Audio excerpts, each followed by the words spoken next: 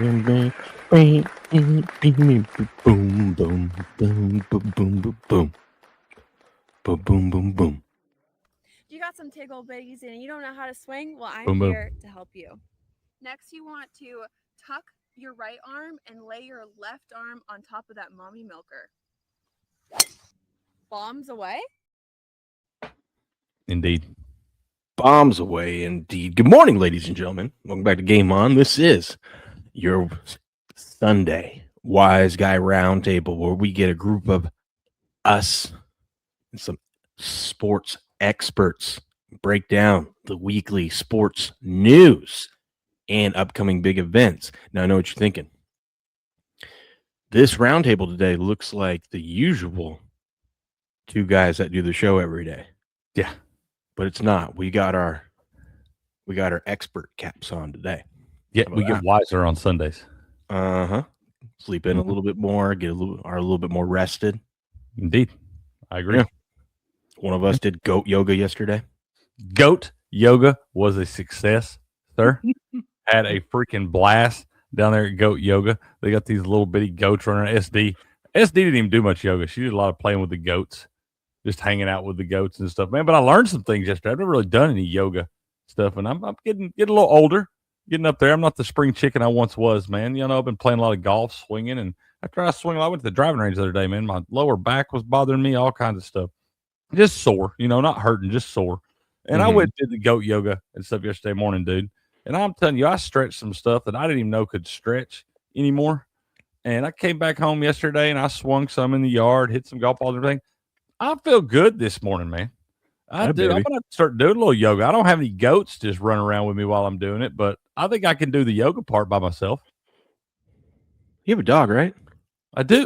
He's cool too. He would dress him up. You gotta make him look like a goat. He would. They had a couple pretty dogs running down there yesterday too. I feel like he would lay right beside me while I was doing yoga, just looking at me like, "What the fuck, bro?" Yeah. So it was a success, though, man. It was. Had a good time. Good. Glad you did. Steps, are you joining us today or what? Dude, I didn't even got to break some cards, man. We got to break some cards. Everyone wants to break some cards. What about that freaking madness on Friday night? Oh my God, you freaking hit the jackpot, dude. Dude, you couldn't miss. I was sitting there, and SD's in here watching me. That's the first one she got to experience. And I told her I'd join the one with steps. The first one I joined the other day was like one of the lunchtime rips. And we had a few giveaways there. And then I did like the first 2 or 3 giveaways where I was clicking on it. And I told her, I said, I ain't never hit one of these damn giveaways. And I just handed her my phone. I was like, you press the button when the giveaway comes up. Maybe change the luck a little bit. And hell, dude, she started hitting the giveaway button on my phone. I think I won 3 of them damn things or something. And then she won one on her phone. I knew there was something you were doing. I'm telling you, I told her, I was like, I clearly don't have the magic touch because I don't even feel like I've come close on these gibbies. And I don't know how you come close on the gibby. You either win the damn thing or you don't. But I felt like I wasn't even coming close. So when she started doing it, bro, it just started rolling off. That's why after we hit that third one, the Michael Harris card and steps was kind enough to take it out of his own collection. I was like, this guy's running a great break. Been working hard, man. Put that back in your collection, man. Dude, that was a fun break. Steps, the hell you doing in South Carolina? He did tell us he had to go do something. I think he's got to do something for work, maybe, or something. Oh, good morning, Derp. Good morning, Jacob. We were completely off on the betting market on who would win. I don't know what you're talking about, Derp. Justin Rose is still in the mix. Okay. I told y'all the other damn day that I liked Cam Young. I know. If he ends up winning it, I already have a plan to clip all that out. So don't worry. Sweet. I already started planning it when he made a little run yesterday. I go, oh shit.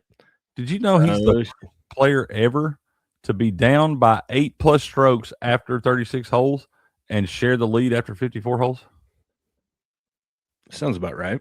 That's what I was thinking. I was like, that is really, as crazy as that stat kind of looks, makes sense. Yeah. Well, he's got luck on his side too, or history on his side. The last 2 years, the last 2 winners won the Players and then won the Masters. He won the Players this year, so I did not realize that. Yeah. How about that? Huh? Got playing some pretty good golf, man. Yeah. Dude, I found out something yesterday that I wish I didn't find out. Uh-oh. What'd you find out? There's this out now. Is that Legos? Yeah. Gotta have it. It goes with that one, dude, that I haven't built yet. Gotta have it, dude. How am I not supposed to get the matching one to go? Like, you got to have the set, the Mario Brothers. 100%. Oh, my wife. No. What'd she think about it? She don't want you to get that thing, does she? No. And I just go, yeah, you're right. No, we don't need it. Yeah, right. Yeah, we don't need that. Yeah. Yeah, it just might show up at her house one day. Don't worry about it. Look, baby. They're just dropping Legos off at people's front porch. Step sent it to me. I want it in one of his card bricks. Yeah. I want this as a gimme in the card break. That thing's pretty dope, though. Yeah, I got to finish up my finish up my taxes today, which I just got a couple more things to do than actually log on, enter the information, and then send it, and then I can start building these things. Steps wants to build that one first, the one back there. Well, Steps, maybe you show up to a stream, and then we can start talking about building Legos. We could, man. We're men of many talents around here. Yeah, how about that? Mm-hmm. That one looks sweet, though, the Luigi one. It does look sweet. And we can't 3D print those blue. Then we don't have the satisfaction of putting it together, man. Yeah. Plus, I'd probably screw that up, too, you know? Oh, dude, those things are cool. They're super cool, but I wouldn't have to work hard on that. You just type a couple things into the printer, come back 12 hours later, it'd be good to go. You just scrape it off the damn bottom of it. I like the satisfaction of knowing I built that damn thing. I'm 100% positive I would still find a way to screw it up. Oh, dude, it's really kind of, you would think that stuff wouldn't be all that tough, pretty self-explanatory, you know? But you usually get to 3 or 4 parts in that thing where it just doesn't make sense. And you got to finagle around with it and figure out what they're talking about and hope that it worked when you're 6 more steps down the line. Because if it didn't, you just start over. What happened? Dude, I don't understand the stuff on X. Like, I retweeted some stuff yesterday, and it's not there. I understand, like, the Sydney Sweeney thing, I understand it got pulled down for copyright and whatnot. But, like, I retweeted that Masters thing. I'm 100% positive of about the players, winning the players. Let me see. Yeah, I retweeted it, and it's not on my timeline. It's on my likes page, but not on my I don't understand X. Yours does something weird. Every time you post a notification on Twitter, it just says new notifications from Game On. And when everybody else posts, it just says like Miss Leslie, and it shows her post or whatever. But yours just says new post from Game On. And I got to click on that and go in there. I don't know if it's because maybe you post so much more stuff than other people or something. But I don't know. I think I'm just shadow banned. You know. Good morning, sir. How are you doing? What is going on, gentlemen? Long time no see. Long time no see. How you doing, man? I'm hanging in there. I'll just tell you this, Cricket. The NHL for me this year has been hit and miss all season. It is the only sport that's been a hit or miss. That's, I just like yesterday, like I'll use your tune. When I go to zig, I zag. Mm-hmm. I swear, every game that should have went over the total yesterday went under, and every under went over. I've took a little step back the last couple of weeks. I've had a lot going on with the boys and the trip and all that stuff, but I really have kind of remembering last year, I needed to be a little careful around this getting close to playoff time in the NBA and the NHL, because a lot of times you don't know what you're going to get out of some teams. Some teams already out of it. Some teams fighting to improve seeding. Some teams can't improve any seeding and stuff. So I kind of try to be real careful around this last week or so of the regular season and get to the playoffs for the teams that we know have been pretty good and have a little bit better idea what's going to happen. But right now, it's a real volatile time in both the NHL and the NBA, man. I've been still doing pretty well in the NBA. I finally hit the threshold of I'm hitting over 57% now on the season. Let's go. Maybe. And I'm on a tear. I've had one bad day so far in baseball. Other than that, I've been winning every single day. Baseball's been kind of funny to me early on. I've had some decent days. I haven't really messed with much besides the first 5. and I only pick 3 or 4, and I've had a lot of 2 and 2s, and just kind of chasing my tail. But it could be worse because I got my head kicked in baseball last year. Yeah, I've noticed Steps is usually our MLB expert, and he usually has quite a bit of plays every day by this time of the season. And I think I know why he doesn't.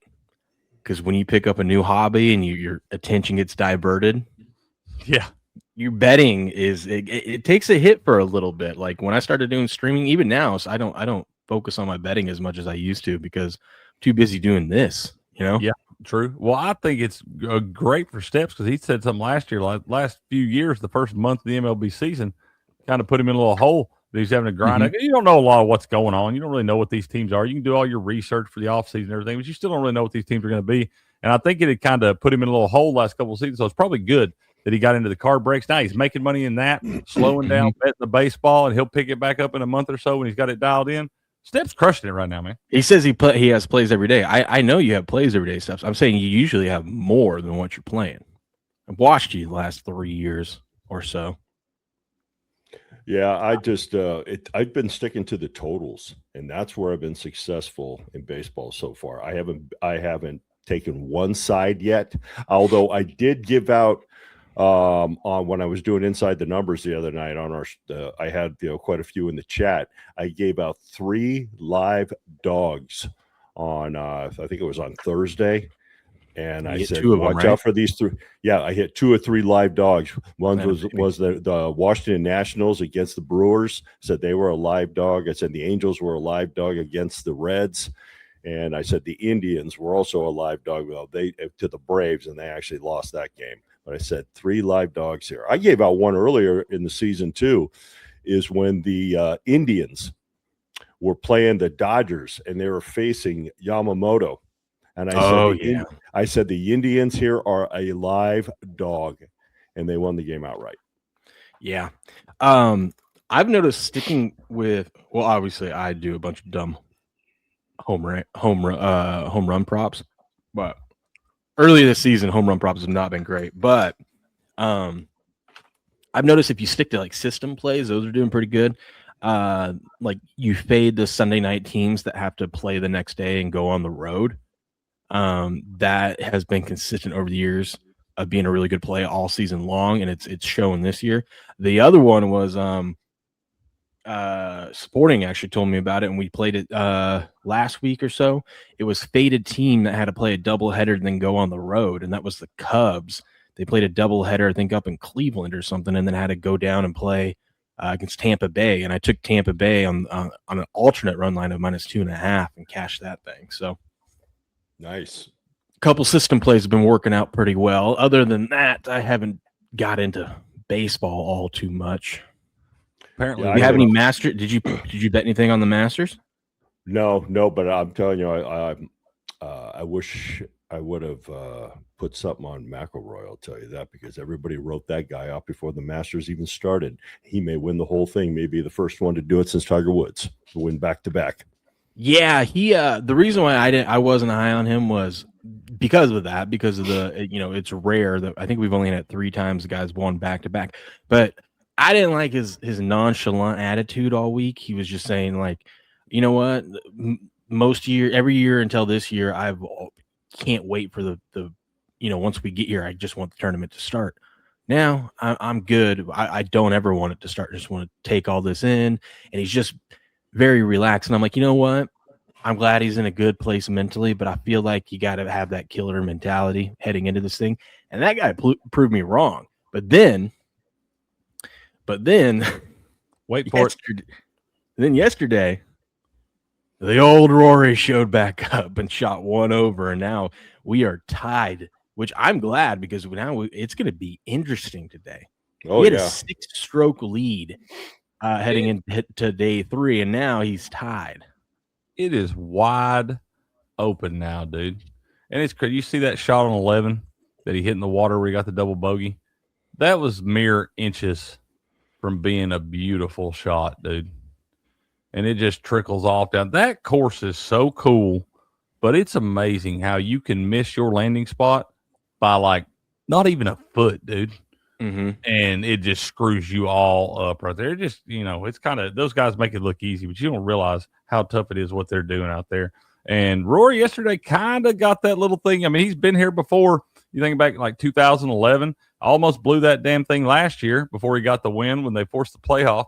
Then that was all his fault. He forced the playoff on 18. But yeah, you saw yesterday, dude. You hadn't seen that look on Thursday and Friday where he just cruising along, looking like he felt good, relaxed, calm. Yesterday, after a couple things didn't go his way, you started kind of seeing those ghosts again. You saw that old famous hand through the hair and Rory looking up to the gods for the answers, man. And I don't know. I'm really anxious to see. I think the big thing for him today is going to be how he plays the first 4 holes, dude. We got to see how he.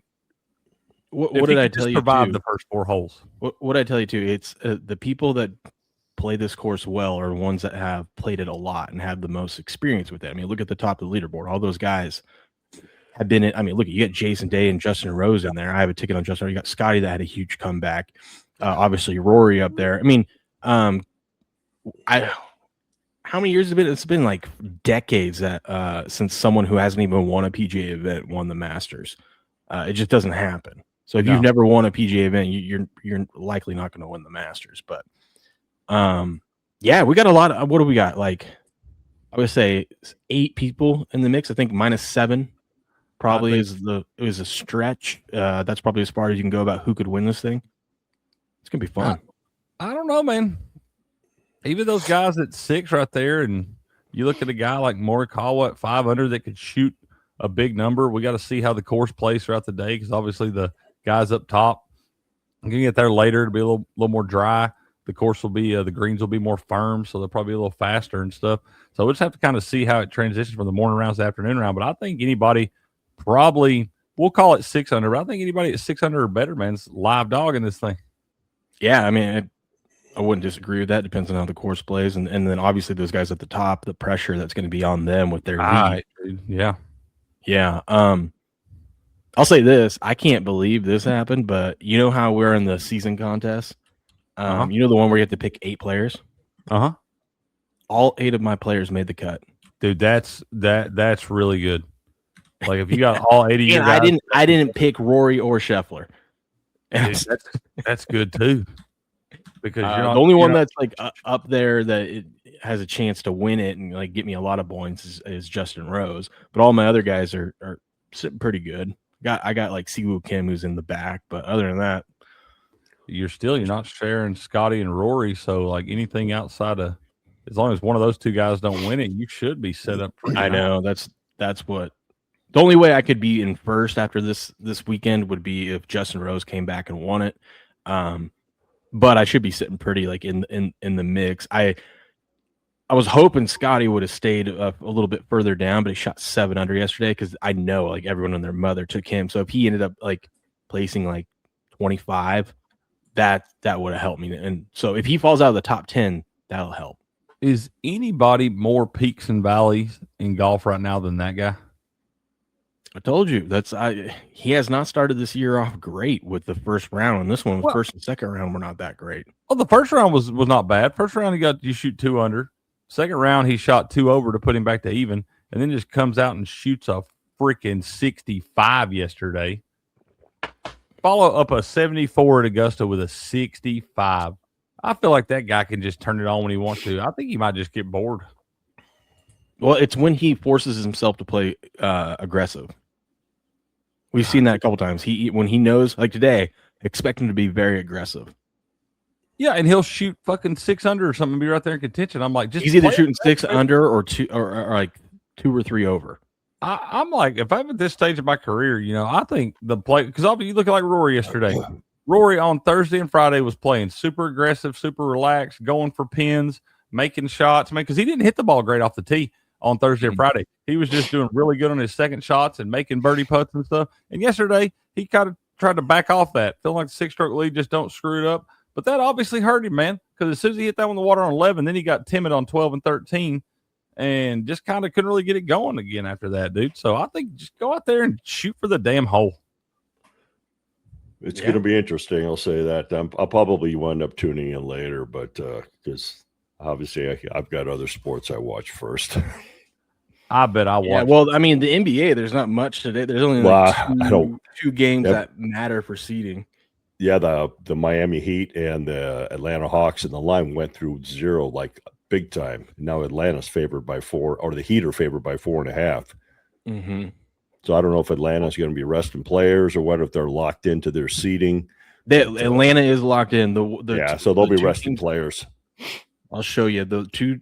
There's a couple teams that seeding still matters. The Nuggets look like they're trying to lose because they want to be the 4 seed, which is crazy because they've been winning all these games and stuff. But the Spurs are going to sit everyone else too because they're locked into the 2 seed. But the Nuggets are sitting all their starters except Jokic. Jokic has to play, so he qualifies for 65 games. But the Lakers, if they win and the Nuggets lose, the Lakers will be the 3 seed. So that's another reason why the Spurs want to make sure they win this game. Actually, so they might play everyone other than Wemby. Who knows? Wemby might even play too. But if the Spurs win this game and the Lakers win their game against the Jazz, which they're 14.5-point favorites, the Lakers will be the 3 seed and the Nuggets will be the 4. The other game that matters is the Blazers. The Blazers need to win. And I believe if they win, they'll be the 8 seed. And the Clippers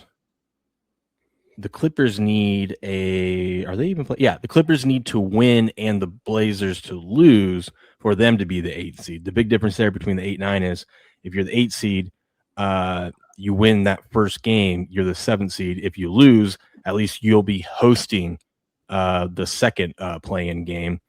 And then if you win that, you'll be the 8th seed. So those are the only ones that actually matter. Everyone else is locked into their spots. So the Raptors definitely aren't sitting anybody because they're favored by 23 points over the Nets. Yeah, well, I guess Toronto and the Hornets too. Magic, yeah. The Hornets too. They're favored by 13.5 on the road at the Knicks. So the Knicks obviously are sitting everybody. Yeah, because they're locked into the 3 seed. Hell, the Magic are favored by 13.5 over the Celtics. So I guess the Celtics ain't play nobody either. This is garbage. I can't bet on this shit. Yeah, the only thing I look at in these games is I'm just going to look at the totals. That's all I'm going to look at, because a lot of times when they're sitting players, you'll have guys coming off the all their B team coming in there, and they're going to want to prove a point to either stay on the team or trade value for other teams. So I look at that. I would look at some of these guys that are playing for something against guys that aren't. Maybe look at team total overs for those teams that it matters. Yeah, we're going to start seeing the same thing. We're going to start seeing the same thing with the NHL, because the NHL winds down next week, and there's almost like every night there's a full slate of NHL games because they're trying to pack everything in because of the Olympic break. So now they're trying to pack everything in because I think their season ends on Thursday. It does, yes.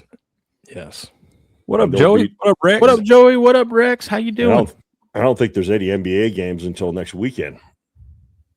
The playoffs, no, the play-in start this week. The playoffs start, I believe, on Thursday. Playoffs.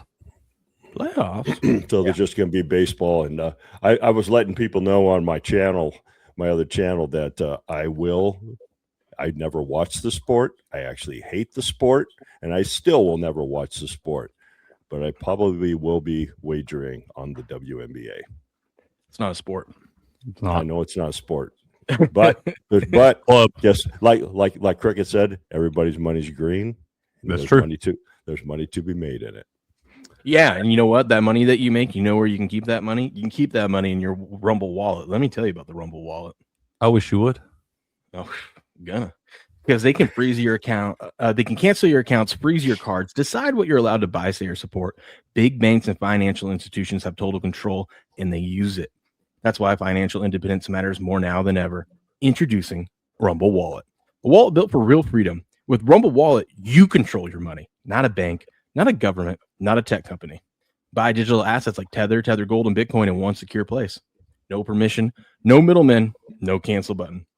And if you want to support the creators you actually believe in, you can use the Rumble Wallet app to directly tip content creators securely, instantly, and without interference.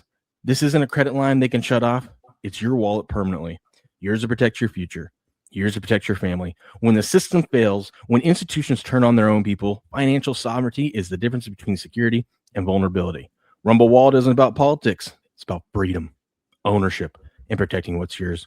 So take control today. Download Rumble Wallet now and step away from the big banks for good. True ownership, true protection, true financial freedom. I have my Rumble Wallet. I love it. I know you guys will love it too. Go download your Rumble Wallet today. And if you're feeling generous, stop by, drop me a tip. Just a tip. Just the tip. Just the tip. Boo. Yeah. All right. All right. Yeah. So, I mean, we got a full slate of NBA today, but I'll probably just stay away. I'm going to wait for the playoffs because I believe so. We'll have play-ins the next few days, but yeah, we'll have play-ins the next few days. And then Thursday, I think, is Thursday or Friday is officially. Yeah. Thursday and Friday. Thursday is when the actual playoffs start. Gonna be interesting. Yeah, got 6 NHL games today too. Ooh. You You like anything else? What do you guys like on the ice? Let me pull that up. We can talk about that. What do you guys like on the ice today? I'm leading the Bruins and Blue Jackets over 6.5 goals. What did that Bruins money line open up at, Ghost? Well, let me tell you right now, though. Miss Leslie's Blue Jackets are favored today? Yeah, plus 115 up to plus 126. It's moving out the wrong way. Yeah, and everybody's we got 58% of the tickets, 81% of the money right now is on the Blue Jackets. I tell you what, that was a play I hit yesterday with the Blue Jackets and the Canadians because all their previous matchups and the teams they've been playing lately have all went under the total. I said this is a prime spot for this game to go over the total, and there you go. Booyah! What do you have the Devils money line opening at? I have the Devils opening up at plus 118 down to plus 110.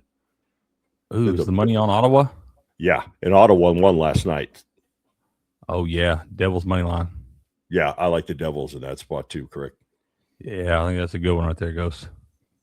That's probably my favorite NHL play of the day. It's gonna be Devils money line. Hey, I'll tell you what, we have one that flipped through zero. Ooh, and because they're playing back to back, the same teams is the Penguins and the Capitals. Penguins open up at minus 105. They're now up to plus 143. We have sharp money. Sharp money's on the Capitals. And I believe the Penguins won last night. I bet you. Yeah, that's what I was thinking. The Penguins look like they're going to sit out Sidney Crosby. That could be the reason why. I like the Capitals in that spot.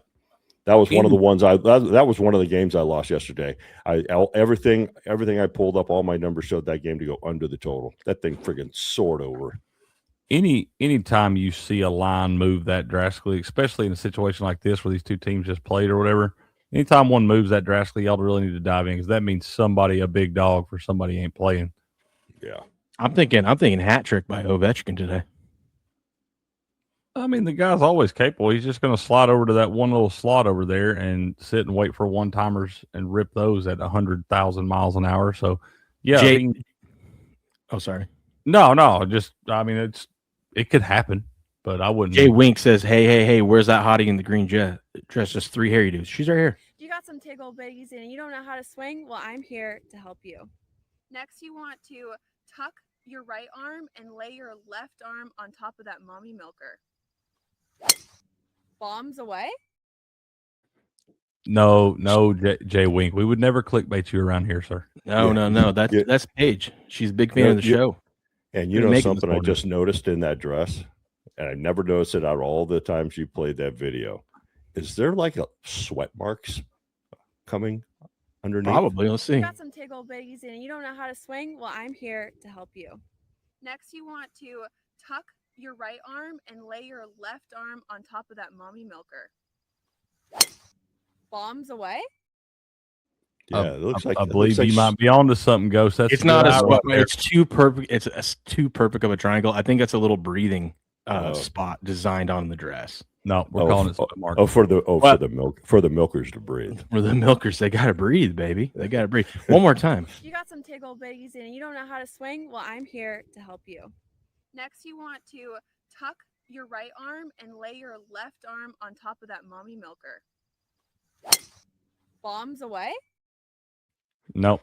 I'm going with sweat mark. Paige sweats and You triangle. want to talk about dresses? Did you guys see? They pulled the thing that I retweeted down, but I see some people have the other stuff. But the ad of Sydney Sweeney and Euphoria season 3 that releases today. Did you see some of the dresses she was wearing there? Now, can you show me? I probably can show one of them. I can't. There's one I probably can't show because it's kind of see through.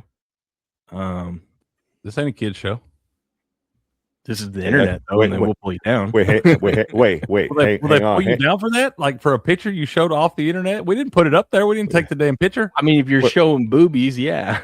Wait. She should be wearing things to get her boobies taking pictures of. No. Hey. She should. Hang on, Will. How many walking bets with Taylor Mathis have you shown? Yeah, but they're not showing nip.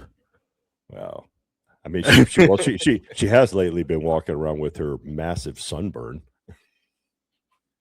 Oh, I guess I could show because you can't really see it. I can show you. Well, hold on, let me see. I know, dude. Like, I mean, if you're putting on dresses that show your nipples, it ain't our fault. Is it? I'm trying to find one that's just this. There's, oh God, where's it at? Hey, Cricket, there's not one total in the NHL today under 6. Dude, I know. That's what I'm sitting here looking at. I ain't had no success on any of those totals any damn way.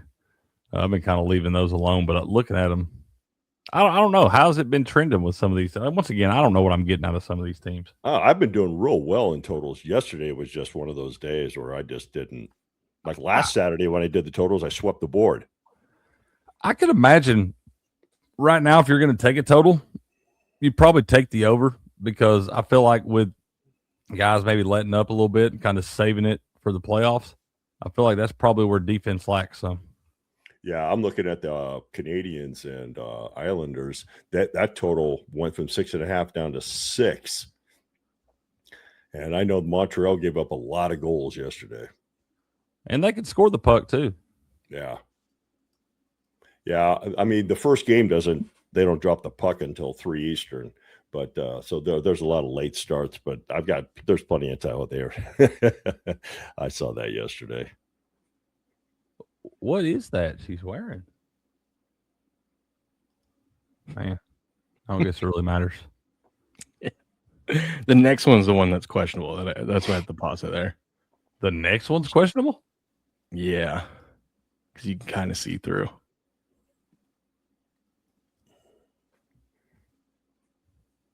You can go on X and see it yourself. Oh, that one right there. I know which one you saw. I saw that one. Yeah, that one is a little questionable. That's what I'm saying. I don't think I can show that one, but I caught a slight glimpse of that one. It looks a little questionable. It reminds me of that line from the old Naked Gun movie. Mm-hmm.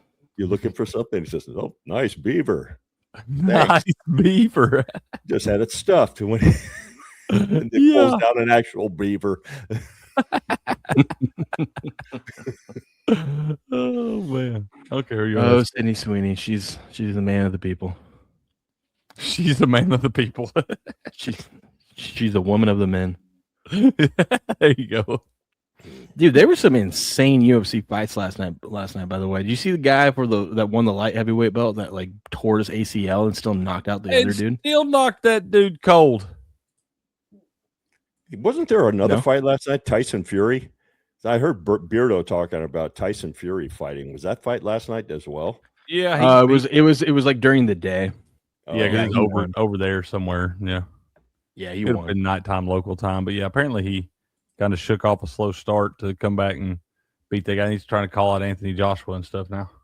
Yeah, I thought Tyson Fury had been done, man. I feel like this guy's retired like 3 or 4 different times. I always wonder why they put up some of those fights up against the big UFC nights. It's like, how are you going to get viewership? Everybody's going to be tuning into UFC instead of boxing. Yeah. Well, did you hear about last night? Dana White had to add a fight to the White House card that he wasn't planning on because the president said, "Why is Derek Lewis not on the White House card?" And Dana goes, "Give me 5 minutes. Hold on." I saw so he calls his agent and says, "Find someone for him to fight." And then Josh Hokett last night was a big deal and put on a show. He's out there flipping off Curtis Blades, is in a brawl with Curtis Blades, has this epic rant after the fight and whatnot, which was pretty funny. He's a showman, but he's literally flipping Curtis Blades off in the middle of the fight, just standing in the middle of the octagon, flipping him off. And so Dana, after that fight, goes back to the agent and goes, "That's the guy. Derek Lewis is that guy. Make it happen." And so we do have it. We have Josh Hokett versus Derek Lewis for the UFC Freedom 250. Dude, I just saw that picture y'all were calling questionable. It is, isn't it? Oof. Depends on what questions you're asking.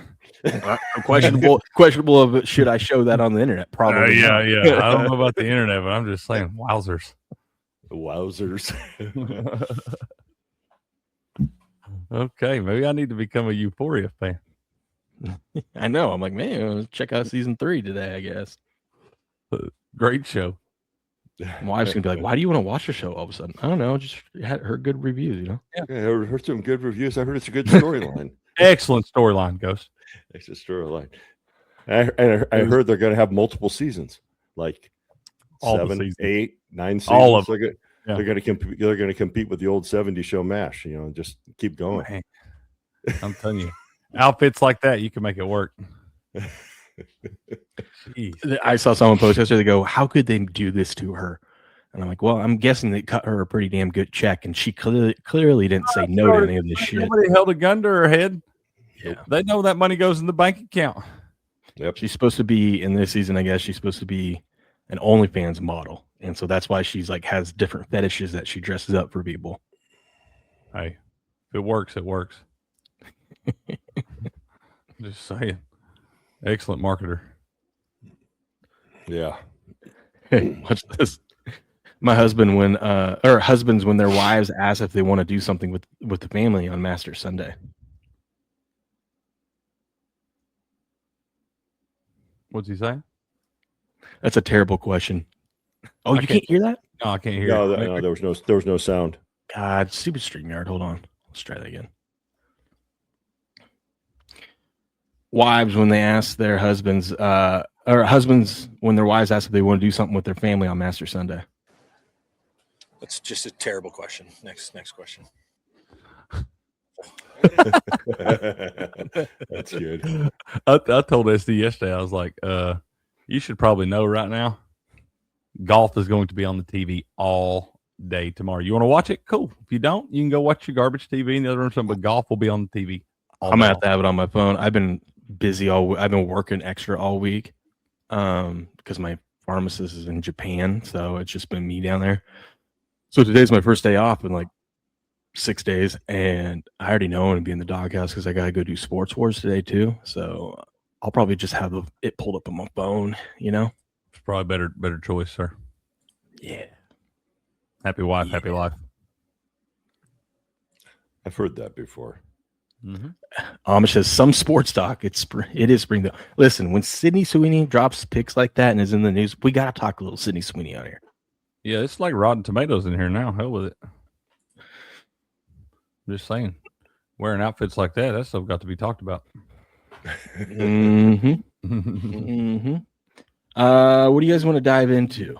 I don't. Masters, I feel, is kind of like set until we start getting going.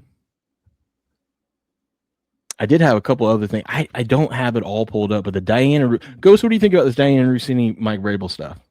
Have you looked into it? I haven't looked into a whole lot of it. I'll be honest with you. I had no idea who in the hell she was. I don't watch ESPN. So all the people that I knew at ESPN are either dead or they've moved over to Fox or they've retired. Mm-hmm. Well, she's with the Athletic now. She used to be with ESPN. She's now an NFL sideline reporter. From what just some brief readings that I read, she seems like she's got a little chip on her shoulder. She's a little full of herself, and she doesn't respect her husband. No, I mean there was what was the clip that I saved? And I'm kind of if the rumors are true, I'm kind of a little disappointed with Vrabel himself, because if she's a married woman and he's having a fling with her, yeah, that's not cool on his part. I don't he's a think, married well, man, he's a too. married man too. I don't think it's him because he doesn't have any history of this. They've known each other since 2018 when he was the head coach, because she knows everyone. She's NFL insider, but she has a history back in 2015, because there's been a lot of rumors about how she climbed her way up to the top to get where she's at, and a lot of people accuse her like Joy Reid, Joy Taylor. Joey Taylor. Joy Yeah, Reid, no, that she slept her way to the top and whatnot. Yeah. And in 2015, at the time, the Washington Redskins GM, his wife came out publicly and accused Diana of sleeping with her husband to get access and information that no one else gets. And I'm like, oh, well, we've got a history, and people have been digging into her past, and so she's I don't know, she's got a history of this stuff. Vrabel doesn't, so I'm more leaning towards, until we get some more harder evidence, that it's her coming on to Vrabel and trying to lure him in. Started from the bottom, now we're here. I retweeted this thing, and now it's not on here because I don't know why my ex account hates me and doesn't. She got suspended, didn't she, from one of the? From the Athletic? Yeah, she was suspended. What'd she get suspended for? They're investigating this whole Mike Vrabel thing. See, that's kind of bullshit, though. You don't have any proof or any. I'm not saying where there's smoke, there's not fire and all that stuff, but I don't feel like you can go suspending people from their jobs just because they somebody caught them taking a picture. Like, it ain't like you caught them, you didn't get a sex tape. You just got them out by the pool. I understand what you're saying, but they suspend her because she's a reporter for them, and if they find out that she's doing this kind of stuff to get information access, they can't have someone on their payroll that's sleeping around. But we don't know for sure she's doing that. They don't know either, but they're investigating. So while they're investigating, they're sidelining her. And plus, she's an NFL reporter anyways. There's nothing really other than the draft coming up. There isn't much. You know what I mean? Like, she's not a draft expert, so right. Well, she's not really a football. She's not a football expert either, but they'll call her that. Now, somebody like Joy Taylor, is she still on the television? Because everybody, I mean, that's all dirt's out there. No one's picked her back up yet. She's doing her own thing, but here's a compilation of now listen, I think her husband is like the COO of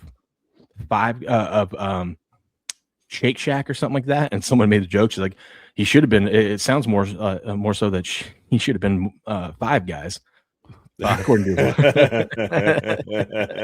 But I'm guessing they got a unique marriage. It sounds like they're comfortable with an open marriage, and that's their business. That's what they're doing. Huh? He's a cuck? No, like they both see other people. They're swingers. He just don't watch her do it. Okay. I don't know. Who knows? That's their shit. Anyways, but that's like their shit. when your wife goes out and says shit like this is a compilation of things she's done over the years. Now, mind you, this is her husband she's talking about. All right. I'm married to someone average. I don't post a lot about them. If I was married to someone beautiful, I'd overpost too. You know who lets me know my marriage is falling apart? My mom. No, I did things in Miami I haven't even told my husband because it's just I had that much fun. It was well, not like that, but like I knew he would judge the kind of partying I was doing. I don't know what got into me. I just remember being down there acting like it was my last day on earth. It's for 12 days. I'm not going to sleep. I'm not going to eat. My family's going to hate me. My husband's going to threaten divorce. But we've signed up for this, and we're getting divorced at the end of the year. We've never been more disconnected in our lives. Our text messages look like two robots. Love you. Any of that? Love you. Love you too. No, not even an emoji. And so the night before my wedding, I remember Jimmy was great. He made like a funny joke like, hey, it's night before your wedding. You sure you want to do this? And I'm thinking like, of all the people in my life that I'm going to talk to the night before my wedding, the one guy my dad wanted me to, or my mom wanted me to marry was Jimmy Garoppolo. Jeez. I'm sorry, but I don't know. That guy's an idiot. I'd have told her to kick fucking rocks a long time ago. Yeah. Yeah. Does she have children? Yeah, with her husband. Jeez. I know. Take this goes deep. I haven't. Every time I try to piece something together for us to create a video on it, there's more and more stuff that people dig up. I have not seen a story like this stay in the news cycle this long in the modern era ever. Like, it's every day people are finding more and more stuff about this story. And you know how I know that there's a lot more going on? Either she's been doing this for her whole career, or this is commonplace, or it could be both. This is commonplace with all these NFL inside reporters doing, sleeping around for favors and whatnot to get access to things, is because the mainstream media, including ESPN, they're not talking about it. This has been the biggest story on the internet over the last 4 or 5 days. None of them are reporting on it. You don't see Mina Kimes out there who, if this was a male got caught doing this, she would be the first one out there bashing that dude. Roasting that dude. Oh, yeah. And Diana probably knows where all the bodies are buried too. So no one wants to cross her. No one wants to say peep on it. But the fact that like any mainstream journalist or, publication has not picked up on this, that means there's a lot more to this thing to me. And anybody that thought that there were jobs that women weren't sleeping their way to the top, like I said, shit like that's been going on forever, dude. Oh yeah, in every profession. Kamala Harris, just all of them. Yeah, I mean, you can go. It's a tale as old as time, and you go back to you probably go back like the Roman damn days and shit.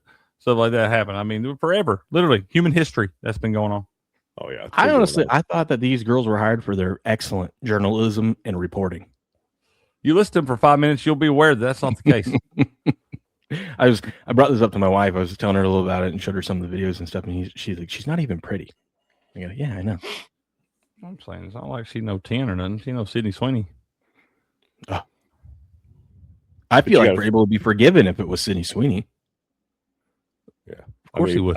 I remember. You'd just be like, I get it, dude. I get it. If you'd have showed that picture, so would everybody else. You remember many years ago, I don't know, that some guy got caught with all these nude videos of Erin Andrews from in her hotel room. I don't know if they planted a camera in there, and they got blasted all over the internet. I remember all that. Yeah. Her walking around in her room naked and all that. But I think it was like an employee of the hotel she was at. He planted a camera in there. I thought that was her ex-husband after they split up, or ex-boyfriend or husband after they split. Yeah, after they split up, and then he still had that and was collecting that stuff. Oh, jeez. Shame on him though. Shame on him though for doing that. She didn't approve the distribution of those videos. No. Yeah.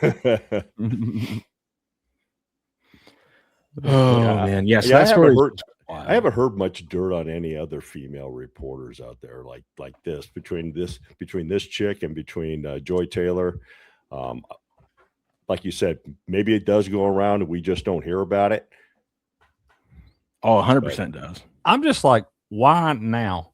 Like, nobody's been talking about any of this stuff until a couple weeks ago, and all they did was get a couple pictures of them like hanging out outside. You didn't, and we showed those pictures the other day on the show. You didn't see anything that looked real egregious or unnecessary. Well, it's something that if your spouse saw that, they would be pissed, right? But it's not. They would have questions. Yeah, they're like, "What are you doing at this private resort?" Now, there's probably an NFL event going on or something. Yeah. But it's like, why you're interlocking hands there? I mean, what are we doing? Hugging like that? But the reason why this got brought up, Crick, is because it came from a PI. Someone hired a PI to investigate either Vrabel or her. They hired a Cisco man. Her husband. Okay. People are thinking it was Vrabel's wife. Oh, Vrabel's wife. Ooh. Yeah, I think it's more so Vrabel's wife than it is her husband, because like I said, I think her husband knows about all this shit and he's doing his own thing. Clearly, this stuff's been going on for him for a while now. Yeah.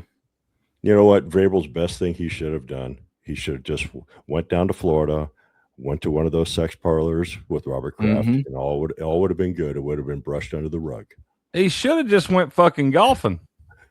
He should have won the damn Super Bowl, because then no one would be like, okay, whatever. Nobody said a word. You win that Super Bowl, nobody cares what you're doing. That's not even your wife. Yeah. Truth. Yeah, be better. I wanted to talk about this real quick though. Where's it at? Oh, come on, Kalshi. Where do you got it? Where you got That's it? By the way, Wink. It could be another one of these female reporters in the league that's trying to steal her thunder. Someone could be coming after her. Someone could be coming after. It couldn't even. It might not even be the spouses. You know, it might just be someone trying to, get some dirt on either one of them. Yeah, exactly. The hell, it could be another head coach from another team somewhere or something in division. Or she could have crossed one of these, owners, GM, someone high, NFL official that's high up in there, and he's like, okay, I'm going to ruin your career. That's a long list of possible suspects. Mm-hmm.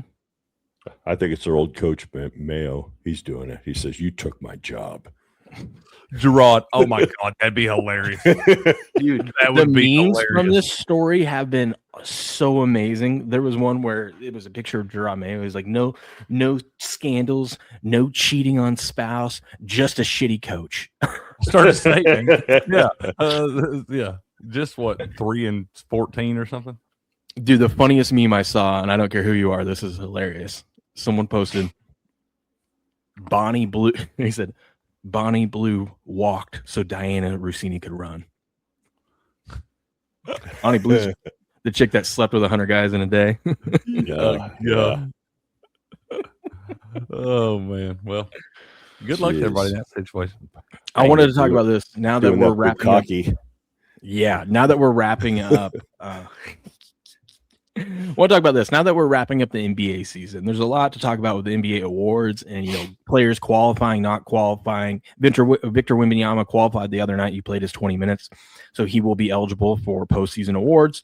Luka is 1 game short, but he got injured. He's appealing that to the NBA because he did miss 2 games for the birth of his child because he had to fly over to Slovakia for it, right? So that's why but here's the argument. Bill Simmons made this argument, and I think I'm on Bill's side with this one. I understand he went and saw the birth of his child and whatnot, and I think he should be forgiven for that. But at the same time, he did get 16 technicals twice this season. One time he got it and they pulled it back because the guy was saying something about his wife, and so the NBA is like, yeah, okay, we're going to forgive that. It was actually on video, and so they're like, okay, we'll forgive that. Yeah. You're not going to get teed up for that. But then he, knowing already that he's on the edge of getting suspended for a game, he got a 16 tech a couple nights later, and he got suspended for a game.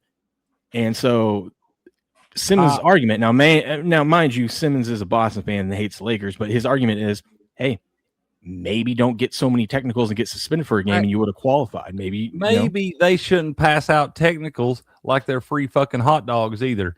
They'll call technicals for any damn thing in the NBA. That shit's garbage too. Yeah, you think about how many technical fouls you see watching an entire college basketball season. You'll see one player get more damn technical fouls than you'll see an entire season of conference play in some of these conferences, dude.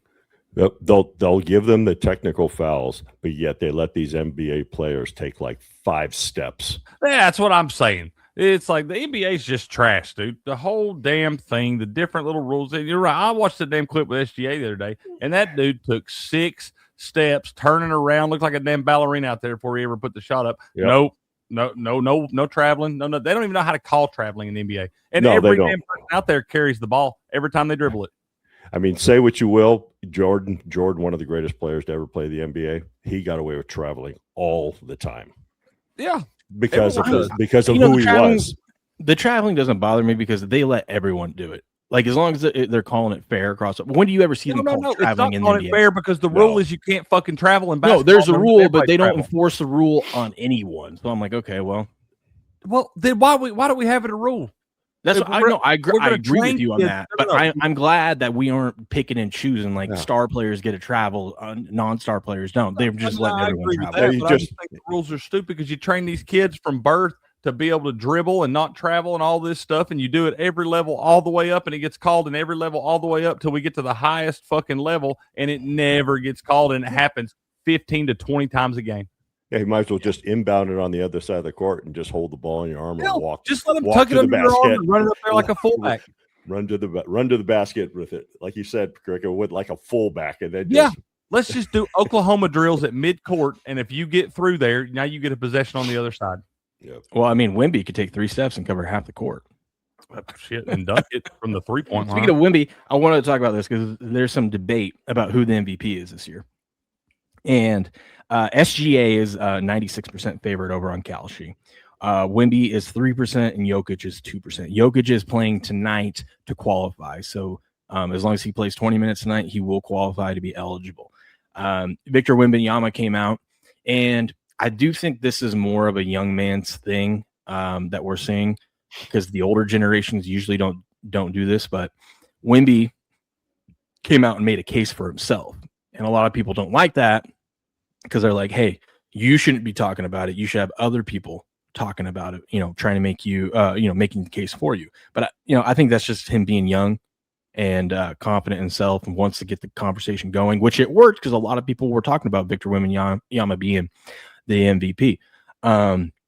SGA came out and said, nah, that's for you guys to vote on. I just go let my game talk for me. And that's kind of what a lot of people like to hear. Here's the debate. SGA is the most clutch player in the league. He's going to win the most clutch player award. Even though when he was out, his team was still winning. That team is stacked, but there is a huge difference with SGA on that team and not on that team. Victor obviously is a key piece to that San Antonio team. Obviously, he's had some crazy numbers. He had some crazy games. But here's the thing that I think why Victor shouldn't win the MVP award or even come close. He doesn't play a lot of minutes. After he got injured this year, they eased him in, and he was only playing 23 to 29 minutes a game, which actually concerns me about San Antonio going through this playoff run, because in the playoffs, your main guys play about 38 plus minutes a night, your superstars, right? Because it's a playoff game. I don't know if his body's ready for that. That's why I think these qualifications for these regular season awards, it shouldn't be how many games you play in. It should be how many overall minutes you play. I do like how they do it, though. Like, you have to play at least 20 minutes for it to count as a game.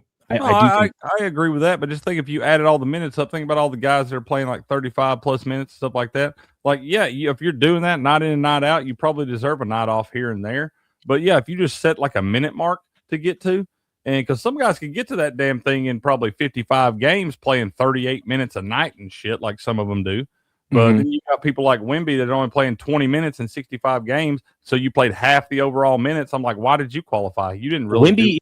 Wemby isn't even in the top 100 of players of minutes played. You know who's played more minutes this season than Wemby? Who? Zion. And that's crazy because I don't feel like that damn dude ever plays. No, but when he does play, he plays like a full game. He plays 40 minutes, yeah. Yeah. So it's like, I don't think he should be eligible for or even considered for MVP because he just doesn't have the minutes. To me, if you're asking me who the MVP is of the league, I think it's Joker. I think it's Joker again. He that team wouldn't be where they're at with him, and they might be the 3 seed. If they end up being the 4 seed, I could see why you couldn't justify giving him the MVP because some people say you have to be a 1 seed. I think you got to be like a top 3. Top 3, reasonable. Top 3 seed, but I think Joker is MVP. But SGA is the deserved favorite. A lot of people don't like SGA because of he's kind of become the villain the way his game and style is, but he hasn't missed a fourth quarter clutch shot since like middle of March, dude. I'm sorry, I'll die on this fucking hill, but the MVP of the NBA this year is none other than Jaylen Brown of the Boston Celtics. He has a good argument too. I start telling you, that guy being able to do what he did with that team, and I also think, is it Missoula? Is that their head coach? I also think he's the coach of the year, man, because what they were able to do without Jason Tatum for 80% of the damn season and still get up there to land the 2 seed in the East right there. I know the East, is kind of up and down. We don't really know what to expect out of it. But what Jaylen Brown was able to do with that Celtics team without Jason Tatum all year long, super impressive to me. Yeah, no, he has a great argument too. But it looks like it's SGA's award. It's going to be interesting to see how these guys vote. There's 100 people that are going to vote on this. I know there's a couple out there like Bill Simmons says he's voting for Joker. if he qualifies. And that's fair. And nobody can argue with that because we know that guy's the best player on the planet on any He has given day. better stats this season than he did the year that he won his last MVP, and he's averaging a triple double. For the second season in a row, going to lead the league in rebounds and assists, both categories. That team would not be where they're at without that guy. Agreed. And You could take SGA off of the Thunder. Thunder probably are still winning 50+ games. You can take Wemby off. Yeah, they're probably going to be a top seed in the playoffs, even without him. You can take Wemby off of San Antonio, and they probably still make the playoffs, right? They're still going to be above 500. You take Joker off Denver, I think they're a play-in team at best.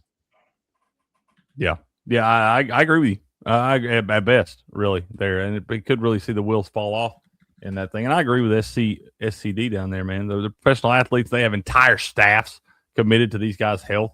They're giving you all the right foods and all the right workouts and all that stuff. And I can live with you missing a few games, but the amount of money these guys make, unless you're like injured, there's a difference between being hurt and being injured.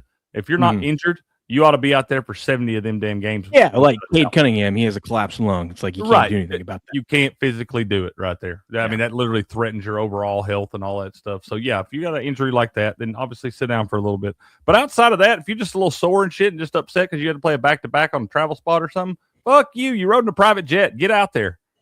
Well, that's our MVP debate. Let us know in the comments or in the chat right now. Who do you think should MVP? SC says he should. It should be 100% be the Joker, and I agree with that. But I don't have a problem with SGA winning it either. But let us know what you think in the comments below. Smash the like button. Subscribe to the channel. Booyah! Booyah. Clipping that one out. That is bait there. You are right, Jay Wink. That is a highlight cesta behind me back there. The World Highlight League. Got mine back there too. Yep. Will's got his back there. The World Highlight League is a wonderful sponsor of this show, sir. We love highlight very much around here. Yeah, we'll be doing a highlight educational video on tomorrow's stream. Every Monday we do. And then we'll be covering all the highlight matches this week, every day. We love highlight. A couple more weeks and then we're hitting the playoffs in highlight. Ooh-wee. Feels a little bit like heaven. All right, I'll be right back. You guys talk about hockey or whatever the hell you guys want to talk about. I'll be right back.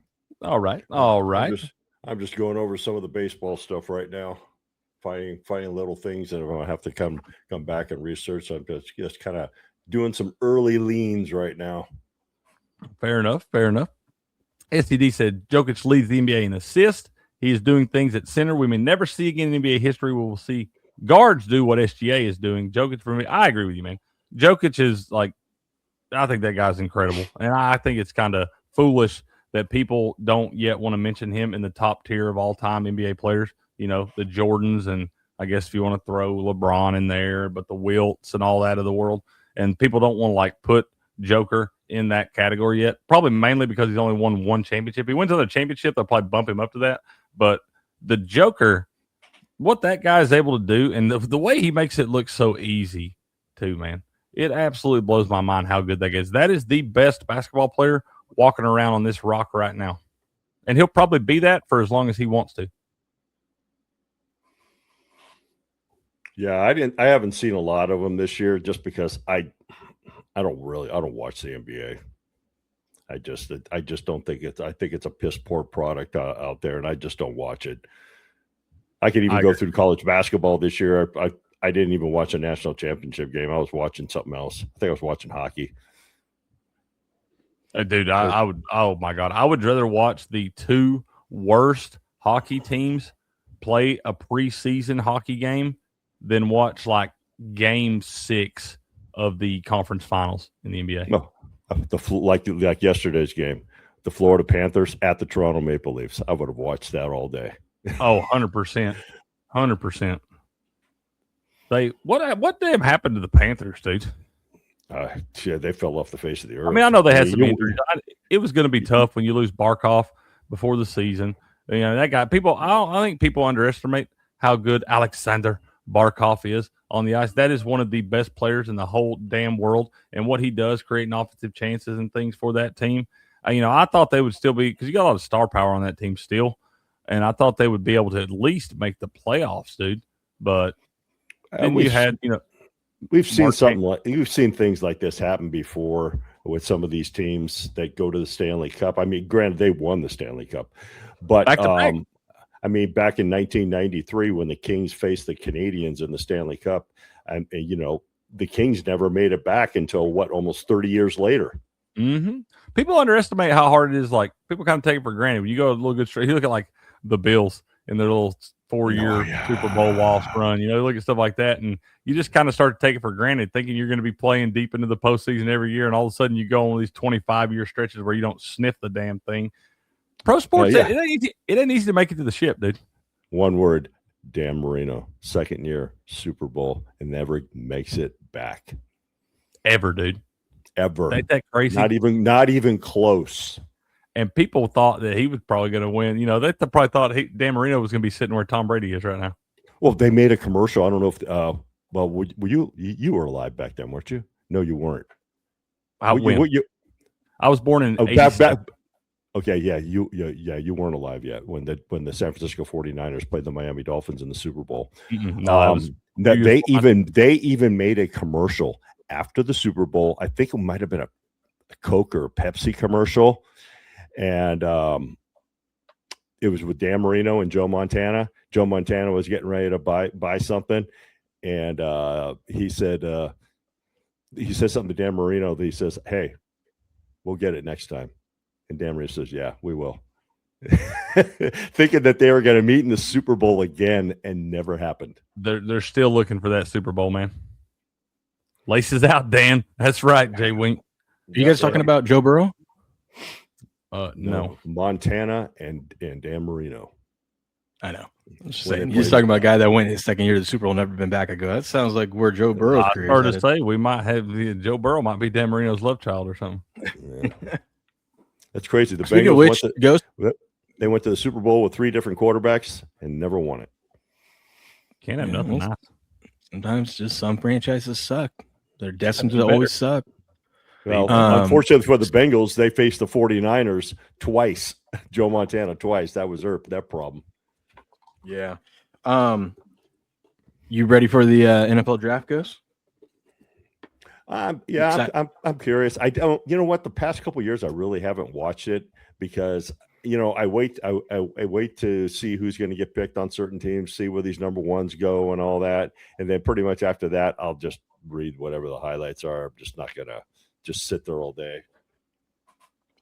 I'm sure Mendoza's going to the Raiders unless the Jets are going to offer the Raiders an offer they can't refuse to grab. No, not the Jets. Not the Jets. Cardinals. Arizona Cardinals is who we need. I got a big wager. I'll tell you what. If I was Mendoza, I'd rather play for the Cardinals than the Raiders. Oh, yeah. Whoever drafts that bum's a damn fool. I know. You think he's going to be a bust. I'm curious where Carson Beck's going. I heard the Jets were looking at him. Anybody that smiles as much as that goofy motherfucker does, ain't no way you can lead my franchise to a championship. No way. That guy's face pisses me off so bad. Especially the Raiders. They haven't won a championship since 1984. Hey, real quick. You know what the best move is? The best move is to go over to Rumble. Shout out to Rumble Premium or Rumble and Rumble Premium. Let me tell you about Rumble Premium. You probably noticed Rumble is growing fast and is not slowing down. They're building a real alternative to big tech that puts creators first and actually protects free speech. And now there's Rumble Premium, an easy way to upgrade your experience. With Premium, you get ad-free viewing across the platform, no pre-rolls, no interruptions, just the content you came for. Plus, Premium members unlock exclusive content like bonus videos, behind-the-scene drops, and more from your favorite creators. Right now, Rumble's offering $10 off an annual subscription. Just go to rumble.com/premium. Use the promo code STUDIO at checkout. That's rumble.com/premium, promo code STUDIO. No ads, more freedom, and content you actually care about. That's the deal. Go get Rumble Premium today. Booyah. Booyah. Good morning, Zach's Bill. Good morning. I don't think they are either. So here's what's going to be interesting. If the Raiders end up sticking with Mendoza, he's not even going to start because they just signed Kirk Cousins. Yeah, that would be There would have to be. I'm not saying that he's going to be the guy, but Tom would have seen something out of Mendoza that he likes, that he thinks that maybe he could develop into something, which is probably why they went and got Kirk Cousins, so Mendoza can sit. But if they do take him, I think that would be a testament that Tom does think there's something there. Doesn't mean it would be right, but I mean, if there's anyone that can evaluate a quarterback, it'd be that guy, right? But didn't Tom want Geno Smith there?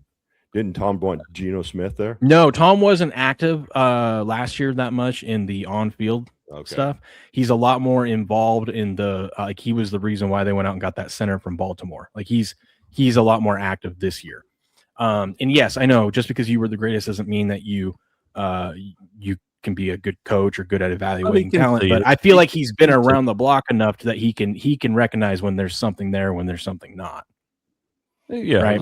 Usually, I think though the backup quarterbacks that are usually better. Yeah, I think that I mean the Raiders aren't going to be good in the next couple of years. They still need an offensive line. They got a center, but they still need to rebuild their line. They got a lot of holes to fill. So I mean, Mendoza's questionable. It's not like we're talking about an Andrew Luck coming out, right?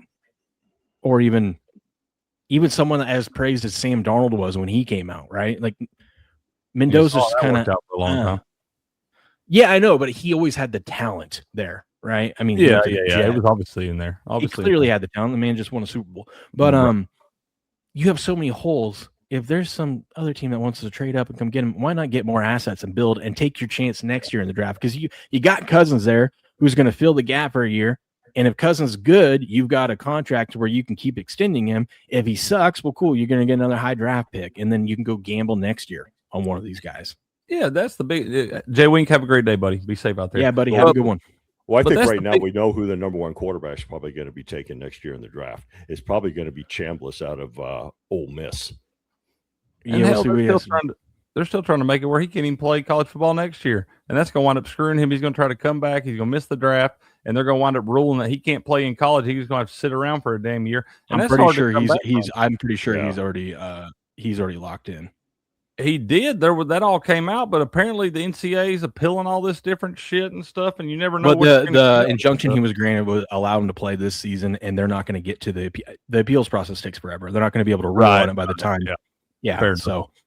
Fair enough. But there are, maybe there's some corrupt, shady shit that goes on, and that happens. But it sounds like he's locked in. He's going to be playing, and who knows? Maybe Arch takes a big step this year, and he could. That's obviously there. And the biggest thing about the number one overall pick is the majority of the time, unless you've got like an Andrew Luck or a Peyton Manning or somebody like that's coming out that is a surefire going to be a great NFL quarterback. Unless you have that, then you're supposed to trade that pick back and get more draft capital, because the reason you're the number one overall pick is because you got a lot of spots on your team that suck. Mm-hmm. Yeah, which is why I think they should trade back. Mm-hmm. And Bill and my buddy, my neighbor is a huge Raiders fan. And he's like, I don't want Mendoza. I want to get as much draft capital as we can and start getting all these other holes, dude. We need a line because he's like Ginty. Yeah, and that's what helps too. If you focus on building the offensive line, that's going to make Ginty look good. Right? That's what I'm saying. No one can run behind the line. And you know what that does? That takes pressure off your quarterback if you have a running game. Mm-hmm. Yeah, and so I don't know. We'll see. I mean, because like who's Kirk Cousins or Mendoza going to throw to? Right, you got Brock Bowers. Other than that, you don't really have a number one wide receiver. But if you build the team the right way, and then you start with a good offensive line, and Ginty starts looking good, and then that you're taking steps in the right direction, you can go get a free agent wide receiver. And the thing is, you got all the cap space. Yeah, and if you give that quarterback a little bit of time, he can make some mediocre wide receivers look pretty good. Yeah, I mean, if Kirk Cousins is protected, I think he's going to be just fine. Now, I don't think Kirk Cousins is anywhere close to what he used to be, but one of the problems that he had in Atlanta that he was saying was they do so much motion, and I'm not used to doing all this motion and the play snapping while all these guys are moving and whatnot, and that really threw him off.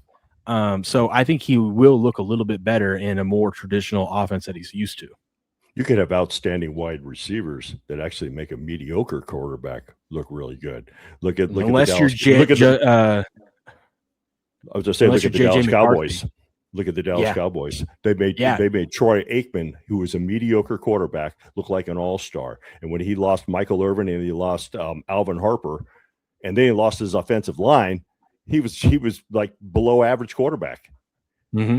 I mean, just look at that's why JJ McCarthy is a confirmed bust, because you have Justin Jefferson out there.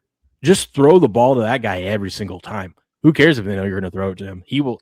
And if you're going to throw picks and shit anyway, at least throw them while you're throwing to Justin Jefferson. Don't throw them while you're throwing over here to drunk ass Jordan Addison. Look what Randy Moss did to Dante Culpepper. Yeah. I mean, I'm not gonna say like Randall Cunningham, because Randall Cunningham was a good quarterback in Philadelphia. He was. But Randy Moss made some of those quarterbacks just outstanding. I mean, his time even with the Raiders. Mm-hmm. Yeah, dude. And then Tom Brady made Randy Moss even more outstanding. Yeah. And then they lost the Super Bowl. Oh, we don't talk about that. God, I wish we'd have got more of that. Too soon. I know, that second season. God, dude, we got robbed as fans of that. Now, would you say the same thing about Jerry Rice? I love Jerry Rice. Jerry Rice, because you had both Joe Montana throwing to him and Steve Young throwing to him. That's all fine. I think Jerry Rice. A lot of reason those guys are who they are is because they had Jerry Rice to throw to. But then when Jerry Rice goes to the Raiders, I mean, he wasn't all that. Well, he was 112 at that point in time. Yeah, I know he was. I'm still more impressed with Jerry Rice's his final season with the Seahawks. Still put up 1,000 yards. Yeah, at 42. Who was the quarterback? Who was throwing to him? Oh, hell. I have no idea. Yeah, hell, it wasn't Google that. It wasn't. Gosh, I'm thinking about Hazlitt. He used to be with the Packers, and then he was Brett Favre's backup, and then he went to Seattle. Hasselbeck. Oh my God! Was it Hasselbeck? I don't think so. But Randy Moss was so good. This is the question I asked Google AI. I said, "Who was the quarterback of the Seahawks when Jerry Rice played for them?" Based on the recent 2026 reports, Jerry Rice did not play for the Seahawks. Didn't he play for Jerry Rice? Played. I thought he played for that.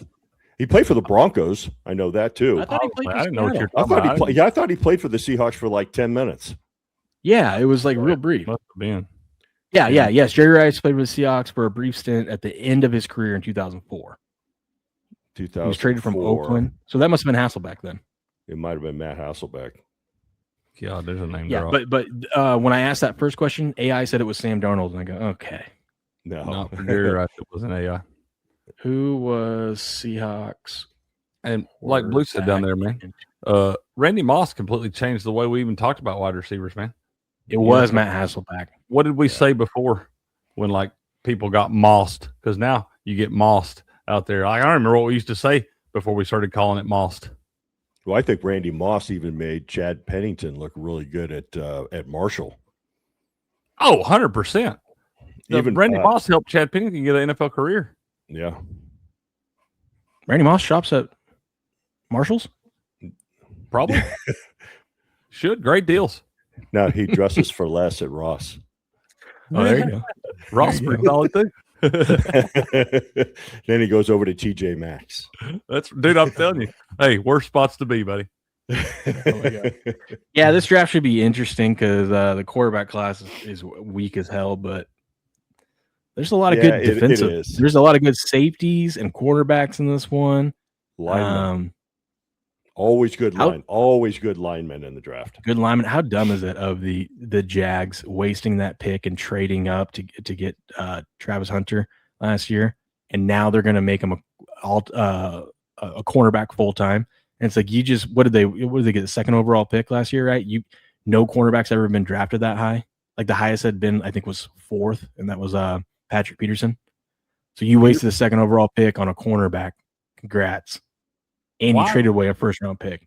Why have they decided to do that? Just bail on it. I got to understand maybe backing off a little bit because of the injuries last year and maybe kind of ease him through it. But I don't know that I'm just. They'll have a couple special plays like for 2-point conversions or fourth down or some like special packages. But he's mainly going to be in practice focused on cornerback.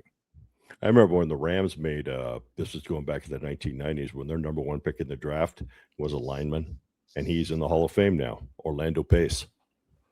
Orlando Pace, baby. Zach Bell has a good point. Mike Evans made Johnny Manziel change my mind. That's a good point.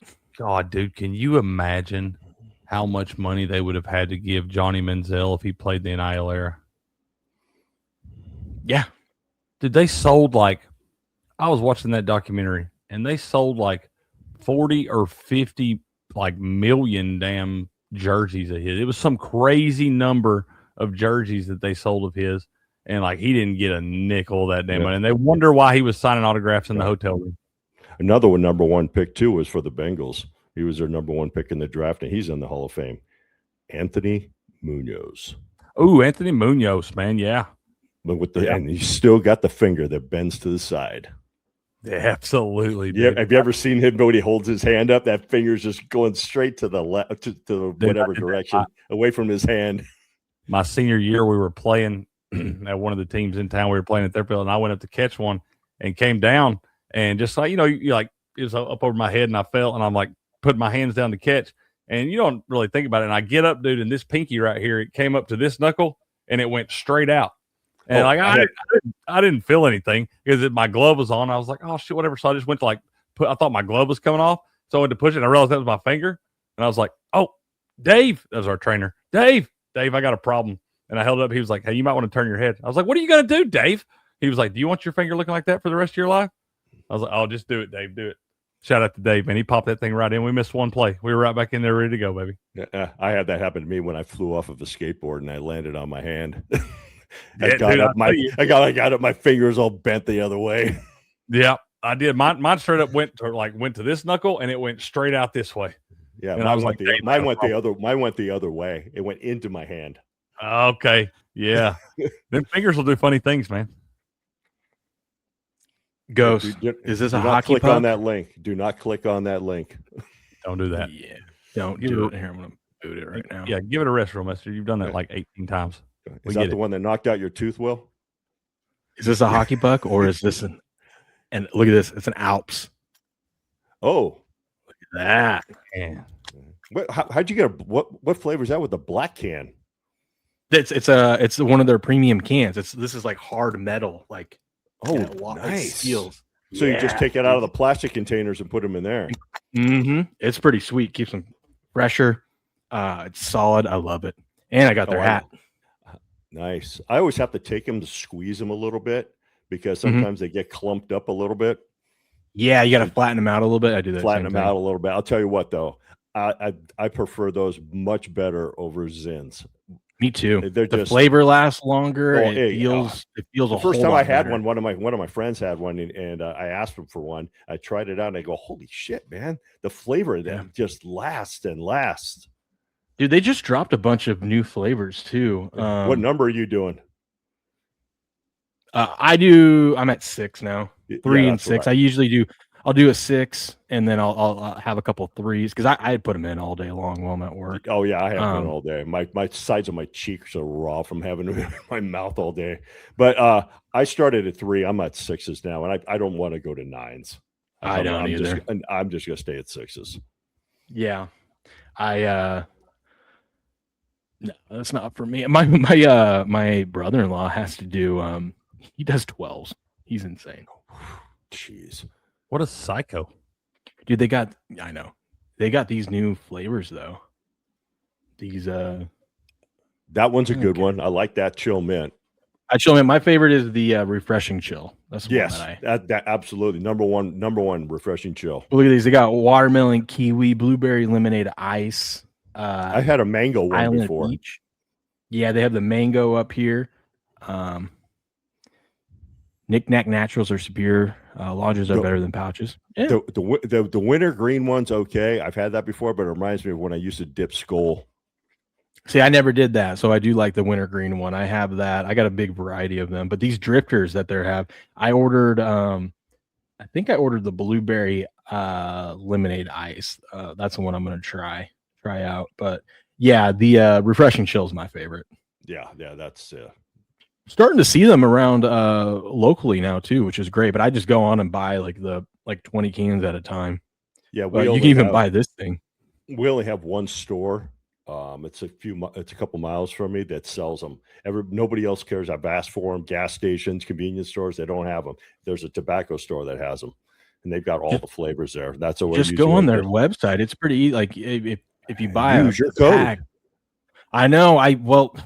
The thing fell through because they didn't want to sponsor a sports gambling site. They didn't want to be involved with that, so it fell through. I could use my personal link, but I was like, so we're giving them free advertisement right now. I know, but they're so good, I don't care. You know what I mean? Like whatever. But I'm still trying to work on that. I'm still talking with them, be like, well, what kind of sports show do you see nowadays that doesn't talk about gambling? It's not like we're fully soliciting, selling picks and stuff. Like we're just talking about the lines and what we like. And we're not being sponsored by a sports book. No, not that either. So they have these sliders here, which are kind of cool. The only thing dude, I actually love these sliders. I have that too. It's pretty sweet because you got one side where you can have your pouches, and then when you're done, you have a spot to dispose of them. If you don't have, which is pretty sweet. Just don't get them mixed up. Yeah. The only thing I don't like about it is you can't fit that many in them. You can fit like 8 to 10. Or hand the container to your buddy. Hey, you mind if I have one of those? Yeah, you just give him the container. He grabs one of your used ones. Man, this doesn't have any flavor in it. Yeah. But the one that I got that I was showing you, this round one, is this one, and it's freaking amazing. But you can also go buy their other ones that are cheaper. That if you don't, I kind of like these because then it doesn't look like you have like you don't have like a can. Like people don't know what you're. I usually don't carry them on me. I have several cans in the house, and then I have one in my car that I just grab when I'm driving because I don't keep it in my bag unless I'm going to go someplace for a long time. Then I'll put them in my pocket. But I'm usually just really quick because I work remotely, so I'm out on the road all day. So I usually just have them in my vehicle. Perfect. Yeah, I have mine in my pocket at the pharmacy. It's perfectly legal, people, before you get your panties in a bunch. There's nothing that says you can't have a nicotine product while working. Nope. True. As long as I tell you what, it's as long as you're not taking time away from your day on the job. Because like I always said that about people that smoke. If you got to go outside and take a smoke break, then I should be able to go out and go get something to eat. Because if I don't smoke. Because you're taking time away, company time right now to go outside and have a cigarette. Whether if you're out there 5-10 minutes, and if you go out with somebody else at work, now you're going to be out there bullshitting for a little while. That's not really fair. That's not fair to the other employees. Agreed. But no, those pouches, the flavor in them are so good. I love Alp, even though they won't sponsor the show. God, they kind of honey dicked me a little bit. They approved me and then they yanked it away. And I'm like, what the? But here's the thing: is even since the start of DraftKings and FanDuel, you've got ESPN never used to talk about point spreads. I take that back. They used to have Hammering Hank come on there on a Sunday during football and talk about the point spreads. That was it. There was no discussion with point spreads. They didn't show it on the bottom line, with point spreads like this team's favored by 70% of the public likes this game. It was like taboo. That. It was taboo to talk about that stuff on ESPN. Yeah, it was taboo to talk about that on Fox Sports. Now, since the startup of DraftKings, remember DraftKings started as just a fantasy sports. Then they got into gambling, and then you have both them and FanDuel, and now. Even on the regular sports networks, that's all they talk about. So, and it's not fair because they're fine advertising with those brands and whatnot. Yeah. But if you're some small channel, it's the same thing with like YouTube. YouTube will take you down on certain things with gambling, but then they'll let any ESPN show like McAfee, and I have nothing against them or anything like that, but they'll be fine letting their content stay up, and they've got like on the bottom line like all the betting odds and numbers in there, and they're talking about the betting. You can't have a sports show nowadays and not talk about the lines. There's a difference between pumping and promoting and selling picks, or even being sponsored with a sports book, and strictly talking about gambling, and just talking about, hey, the Thunder are 14-point favorites tonight. You're just saying they're a huge favorite. You know what I mean? Yeah. Mm-hmm. Goy says, "Where the tits?" Hold on, I got you, buddy. You got some tickle bitties and you don't know how to swing? Well, I'm here to help you. Next, you want to tuck your right arm and lay your left arm on top of that mommy milker. Bombs away? Bombs away, baby. Yeah. Masters are these rumors true about Pat McAfee possibly leaving ESPN and Netflix offering some big deal because Netflix is going to start getting into podcasting?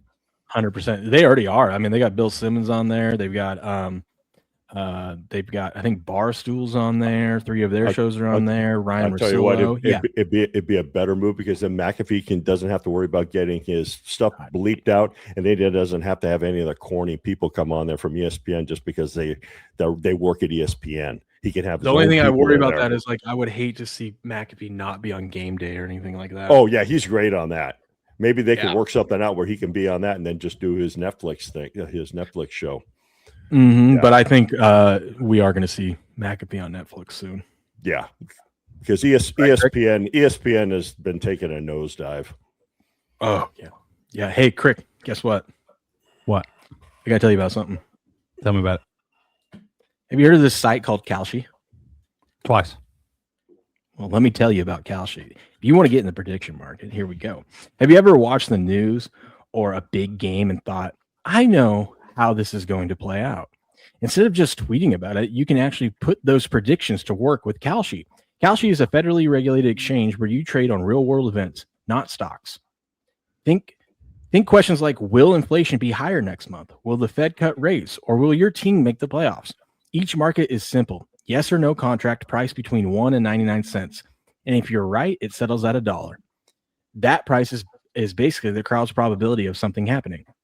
So if yes is trading at 75 cents, the market is saying there's about a 75% chance it happens. You can use it to hedge, to speculate, or just put some skin in the game on what you already follow every day. And right now, they've got a special offer. Trade $10, get $10. Just go to Kalshi.com/rumble, deposit and place your first $10 in trades, and Kalshi will give you an extra $10 to use on the platform. So if you got to take, don't just post it, trade it. Go to Kalshi.com/rumble to get started today. That's KALSHI.com/rumble. I use Kalshi every day. We love Kalshi. We talk about it on the show every single day. Go check it out. Go check out Kalshi. Sign up today. Get your free $10. Booyah. Booyah. Booyah. Kalshi. This happened yesterday, Crick. You obviously weren't on the show, but Kalshi is now doing ads on Rumble. And I was like, yes. All right. Love that. I mean, we already talk about him every single day. We love Kalshi. I don't even mess with any type of other betting platform or I don't do sports books anymore. I only do the prediction markets in Kalshi because that's what it is. Prediction market. We predict. Mm-hmm. Yeah. And there's no book involved where they're going to get nope, the vig and all that because it's just peer to peer. Peer to peer. Yeah. Freaking awesome, dude. Love it. Let's see. Let's check in on the Masters. I think some guys started today. The big dogs don't start here for a while, but I think like my guy Siwoo Kim, he's got to be going right now, huh? John Rahm and Siwoo Kim, they're about to tee off here in a few. God, I can't wait. Check this in. Which channel is this on today? Is it NBC? Probably CBS. Doesn't CBS CBS used to do the Masters on Sunday? It is CBS. Okay, CBS, yeah. ESPN. I'm just wondering because like you got to figure out where the hell to go. I guess maybe Paramount. Like each day, there's different spots. Probably started. I had it on Friday. Yeah, I have Paramount Plus, and I know they had it listed on there. Okay, I mean, I got CBS as well, but I'm just saying. Yeah, I have Paramount Plus. That's usually around noon over there today, about noon or something. Probably when they start the coverage. I don't know. Usually the last day, I think they started a little bit earlier than the. Yeah, they may. Few days. Yeah, they may do that. They may be going all day today. Are those our tea times right there? Yeah, tea times Pacific time. Oh, that's so the big dogs, the Rory and Cam Young don't start till 11:25. Okay, so around looks like I'm looking around 9:00, just shortly after 9:00. Yeah. Oh, Ludwig, Fleetwood, Koepka, Schauffele. Holy smokes! There's one at 11:40 Eastern. So they are starting to roll. That's some of the ones that are starting roll early. Oh hell, there's you got some that are teeing off at 7. Yeah, so you got some playing. Ghost. Yeah, guys just teed off right now. It just started. Yeah. Jeez. Yeah. About hell, the other day, dude, when you had the full field, the first guys were teeing off at like 7:44 a.m. or something. Oh yeah. That's the way we have to play golf out here in the summertime. If you want to play like in Palm Springs, you got to tee off like at 6 a.m. Oh, straight up, dude. It'd be too hot by 11. It gets you friggin' hot. I get it. That's kind of like where I used to live in the Tri-Cities. Good luck, Blue. Good luck today. Later, Blue. Be safe, Later, Blue. In the Tri-Cities, in the summertime, it is like 100 plus, and like there, it's like desert heat, and so no one would want to play in the afternoon. But if you wanted to play cheap golf, you go out in the sun and play in the sun. It's gonna suck, but they have discounts in the afternoon for you. Just got to make sure that the drink girls driving around getting you drinks. Do we think it plays easy again? I don't know. Usually they make it a little harder on Saturdays and a little bit easier on Sundays, but I don't know, man. The pin placement should be pretty easy today for chances for people to come back. That was the second lowest round, like on average, for scoring in Masters history yesterday. The average score was like 70.63 or something. I wondered if they did that because Rory was so far ahead. I don't know. I think that shit's probably predetermined, dude. No, dude, they can change. Dude, they didn't even know what the purse was going to be until yesterday, which is crazy to me. How do you not know that? I don't know. Maybe there's some things that had to come in and they calculate some things. I don't know, but they announced the purse yesterday, which is a record of 22.5 million. Winner's going to get 4.5 million. Solid for a weekend of golf. Yeah. Solid. Not only do you win 4.5 million, but then you get a green jacket and you can play the Masters whenever you want. Yeah, you got a lifetime exemption. You know that every spring for the rest of your life you got something to do. No, but you can go play the course anytime you want too.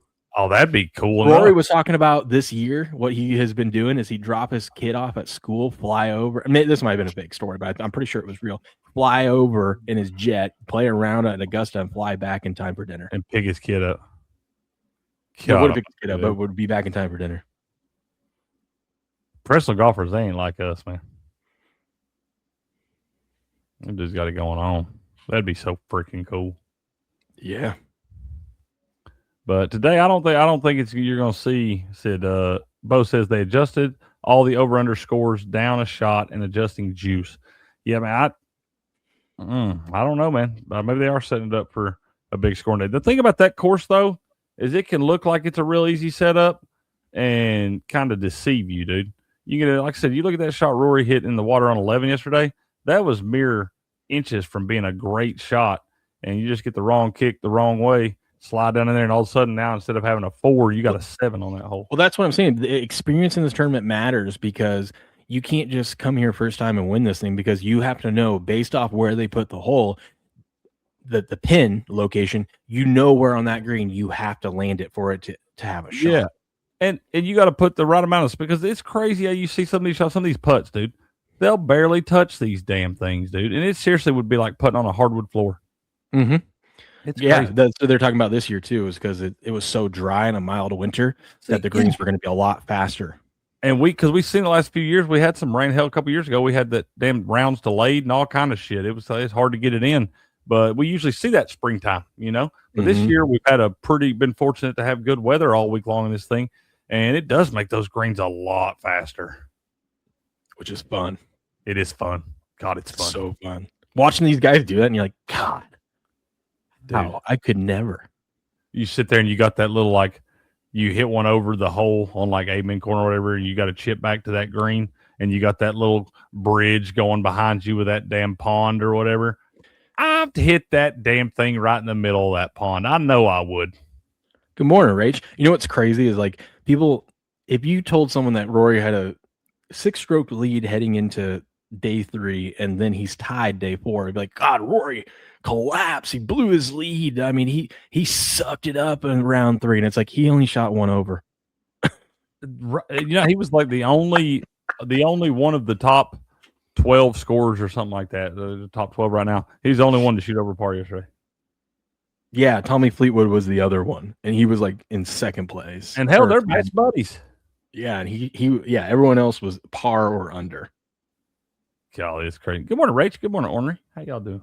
Yeah, it's like, hey, he had a terrible round. He shot 1 over. We would kill to shoot 1 over at the Masters. Oh my God, dude. I don't even want to tell you all the dirty shit I would do if I shot 1 over at Augusta. We can't even say that on the internet. Hey, by the way, last roundtable episode before I get my new tooth. It's a celebration, dude. What day? Dude, you know what sucks? They've had my tooth since Tuesday. They called me Tuesday. They go, hey, you want to come in tomorrow and get your tooth? And I go, fuck. I go, yes, but I can't because my pharmacist is gone. In Japan, man. You got to hold it down. Yeah, and you can't just shut a pharmacy down, even in a small town where I work. It's if the inspector had happened to show up that day, I would get in big trouble. Oh yeah, that would be your luck. Even though it would be my luck. It would only take 20 minutes. The dentist office is right there. They just got to pop the thing in, and I'm good to go. Take 20 minutes. Could have just shut down for a lunch break, but since our operations hours are from 8 to 6, and we don't have a lunch break scheduled in there with the state, we would be in trouble. But I'm like, it's just, I'm like, dude, it's right there. I just want the tooth. And then they called me. I don't work tomorrow.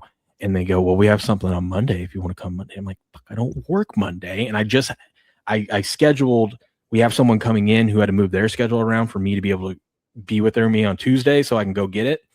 And I'm like, I'd feel so bad that they did all this. And then I end up getting it a day early. Plus then I'd have to drive down to work to go get it and whatnot. And I'm like, I'll just wait till Tuesday. Fuck. Yeah, one more day. Did you go against the grain and at least get a gold one so that when you smile, you get that little ding?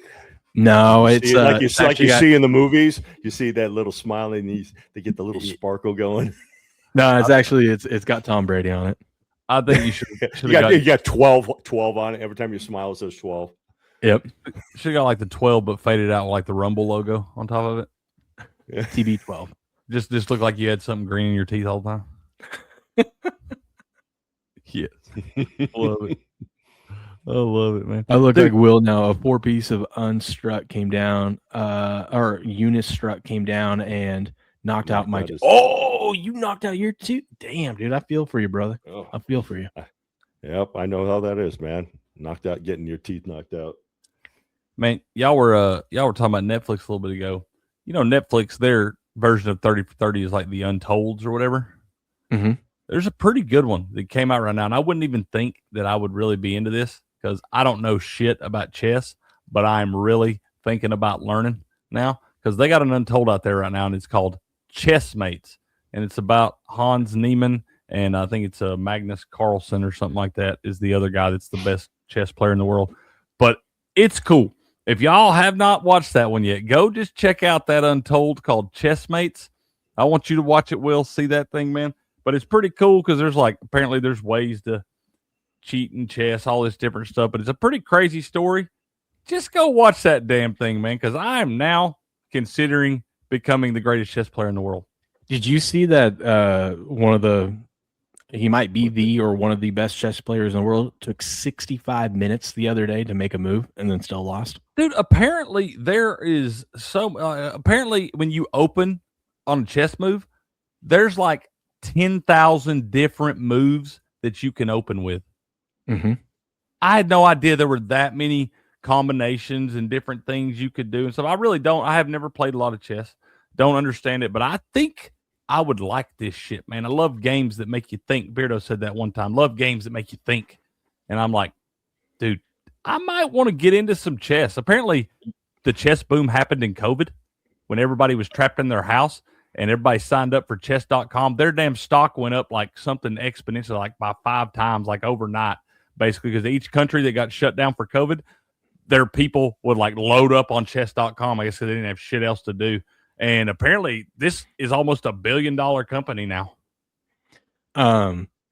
You should watch. I just actually bought the book because I've been wanting to read it. But there's a Netflix series on it called The Queen's Gambit. I've heard about that. That was another thing in the show. They talked about COVID and that show and like the perfect storm of all that stuff coming together. And that's what helped them get their boom. I'm going to listen to the book first and then watch that show. But apparently it's pretty good. I heard they did. They actually mentioned that show the other night in this documentary. But yeah, it's Untold. It's on Netflix. Hell, it was like number 10 on the top shows or something the other day. But yeah, it's called Chessmates. Go check that out, dude. That's a cool one. I didn't think I'd like it. Well, the more you know. The more you know, man. The more you know. You guys got anything else? You guys looking at anything else before we wrap up here? I didn't even look at MLB today. By the way, I survived. Man, fuck the Mets and fuck the Rangers. I did not survive. I'm dead. Padres, baby. They're in a 4-game series. They've won 3 of them already, so it doesn't even matter what happens today. Run I've differential. got 3 Major League Baseball games I'm looking at. I got Lay 'em on me. 2 NBAs and 2 NHLs. I'm We looking got at the Diamondbacks and Phillies today. I'm looking at that one going over Zach 8.5. Gallen on the bump for the D-backs. I like that one going over 8.5, and I like the Diamondbacks as a dog. Ooh. Okay. Giants and the Orioles. You want me to name the pitchers? Yeah, let's do it. Let's run through. All right. Giants got Adrian Hauser on the bump. Cade Povich will be going for the O's. Baltimore minus 126. San Francisco plus 104 on the comeback there. Twinkies at the Blue Jays. Taj Bradley will be going for the Twinkies, and Max Scherzer's on the hill for Toronto. Ooh, Max Scherzer. Yes, runs first inning with Scherzer on the bump. He either pitches a gem or gives up a home run and then pitches a gem. So I go over yes, usually winds up being a gem, but yeah. He'll give up a home run in the he'll give up a home run in the first inning and then 4 straight shutout innings. Yeah. I got the Twins Blue Jays over 8 runs. There we go. Toronto minus 122. Twinkies plus 102 on the comeback there. Angels at the Reds. We got Jose Soriano on the bump for the Halos. Andrew Abbott will be going for the Reds. Reds minus 108. I like the Angels. Angels, okay.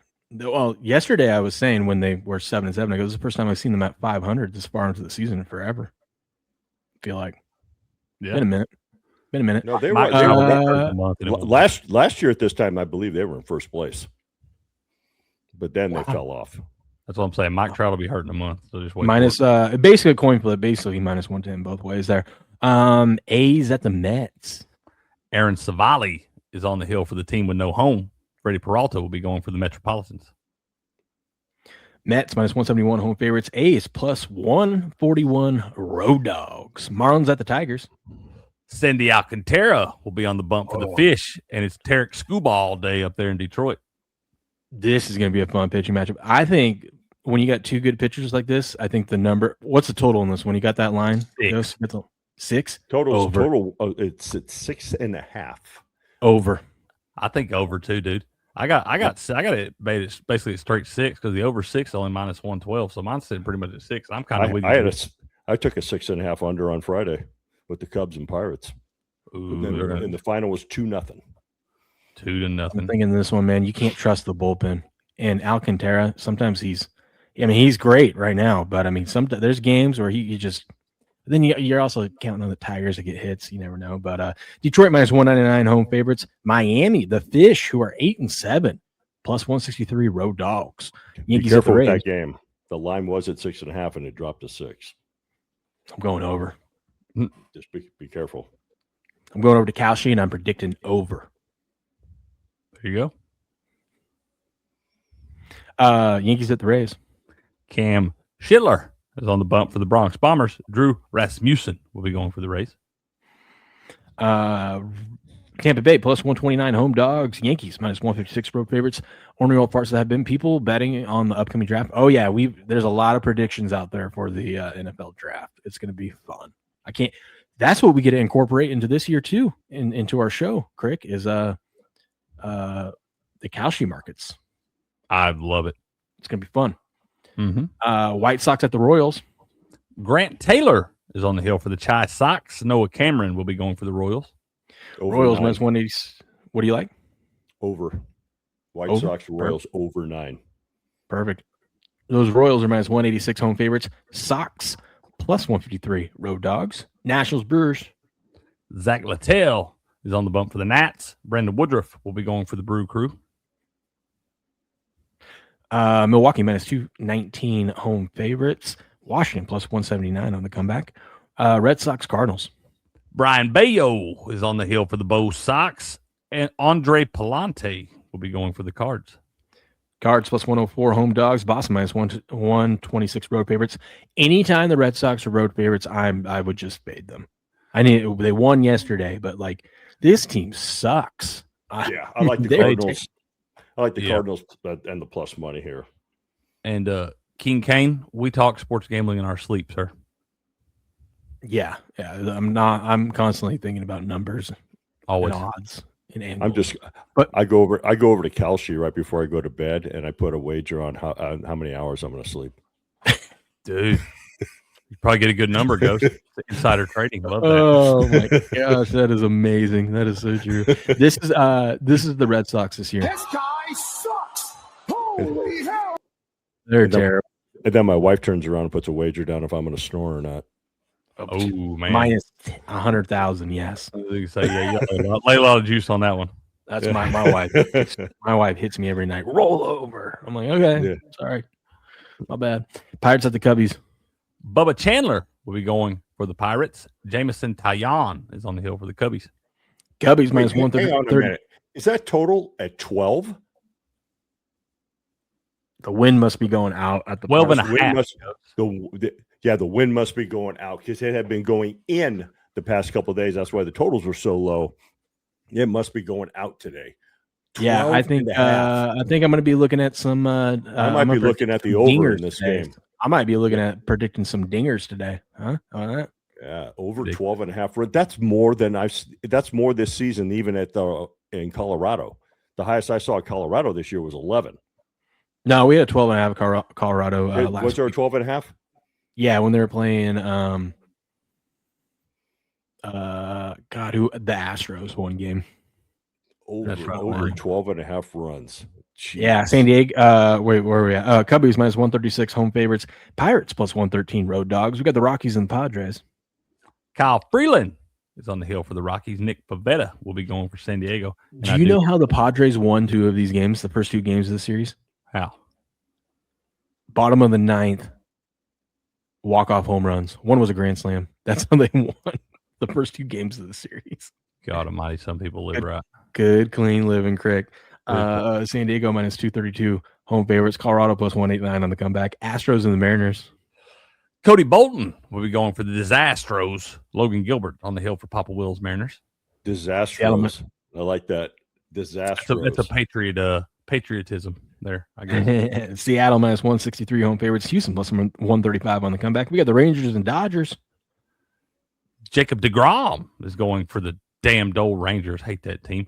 Roki Sasaki will be going for the Dodgers. He looks like Rangers plus 109.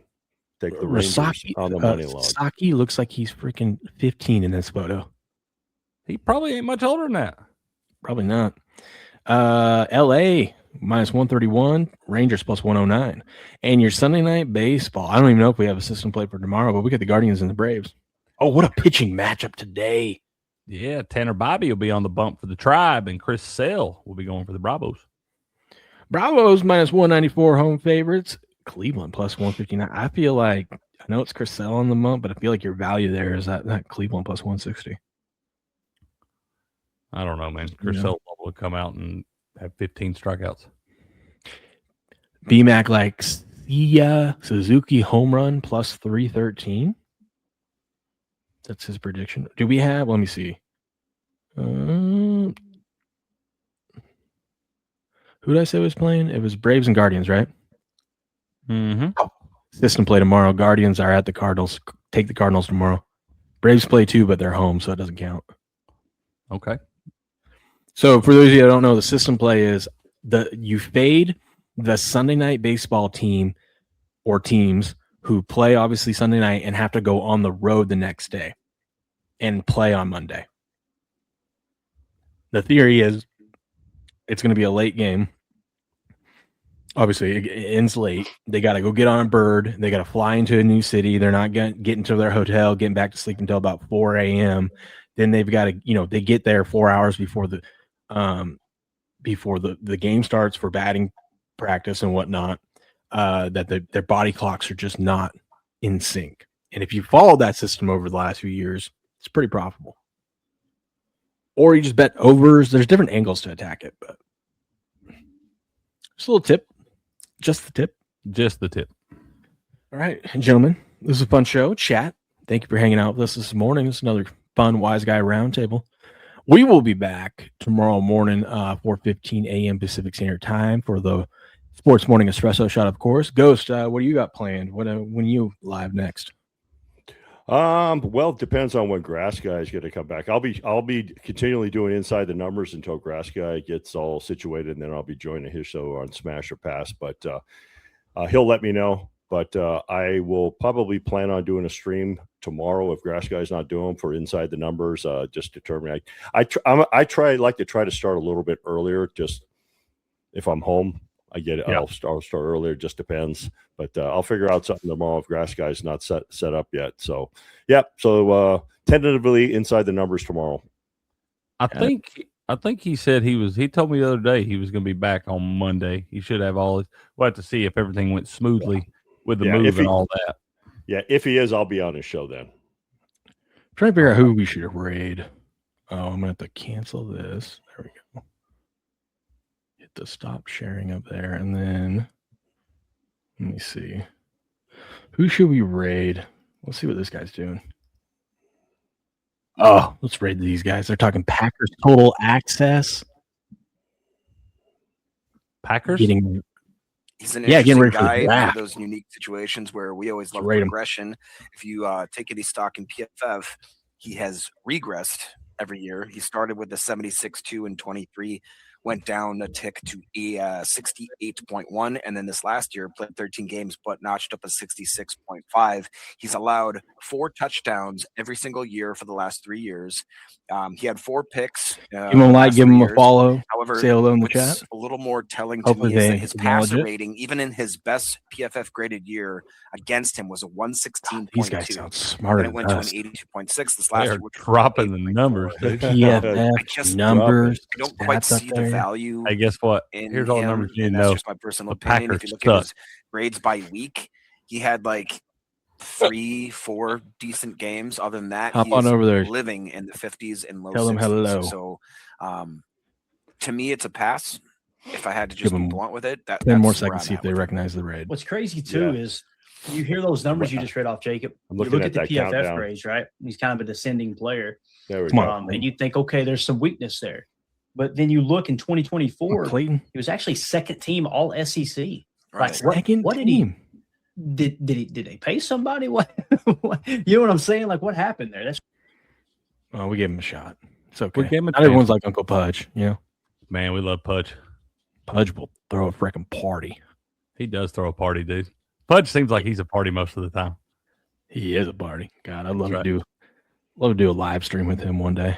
We did that one with him a couple years ago when we were talking the Rumble Studios and stuff like that. We have to get another one of those together, man. No, I meant like going like live. Playing and games. I'm gonna tell being him. like being there with him.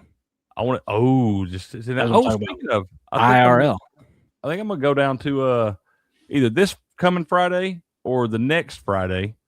Me and SD are gonna ride down to Step's house, and we're gonna do 2 breaks that You night. rip some cards, huh? He's gonna do the first one, and then he's gonna have me do the second one, so I can get the feel, and then I'll be coming back. I'm gonna start doing some of these things on my own too. But he wants me to come down IRL and be there with him, so he can show me, and he can be sitting right beside me in case anything, walk me through the first one, get me used to it. So we're gonna do that next couple weeks.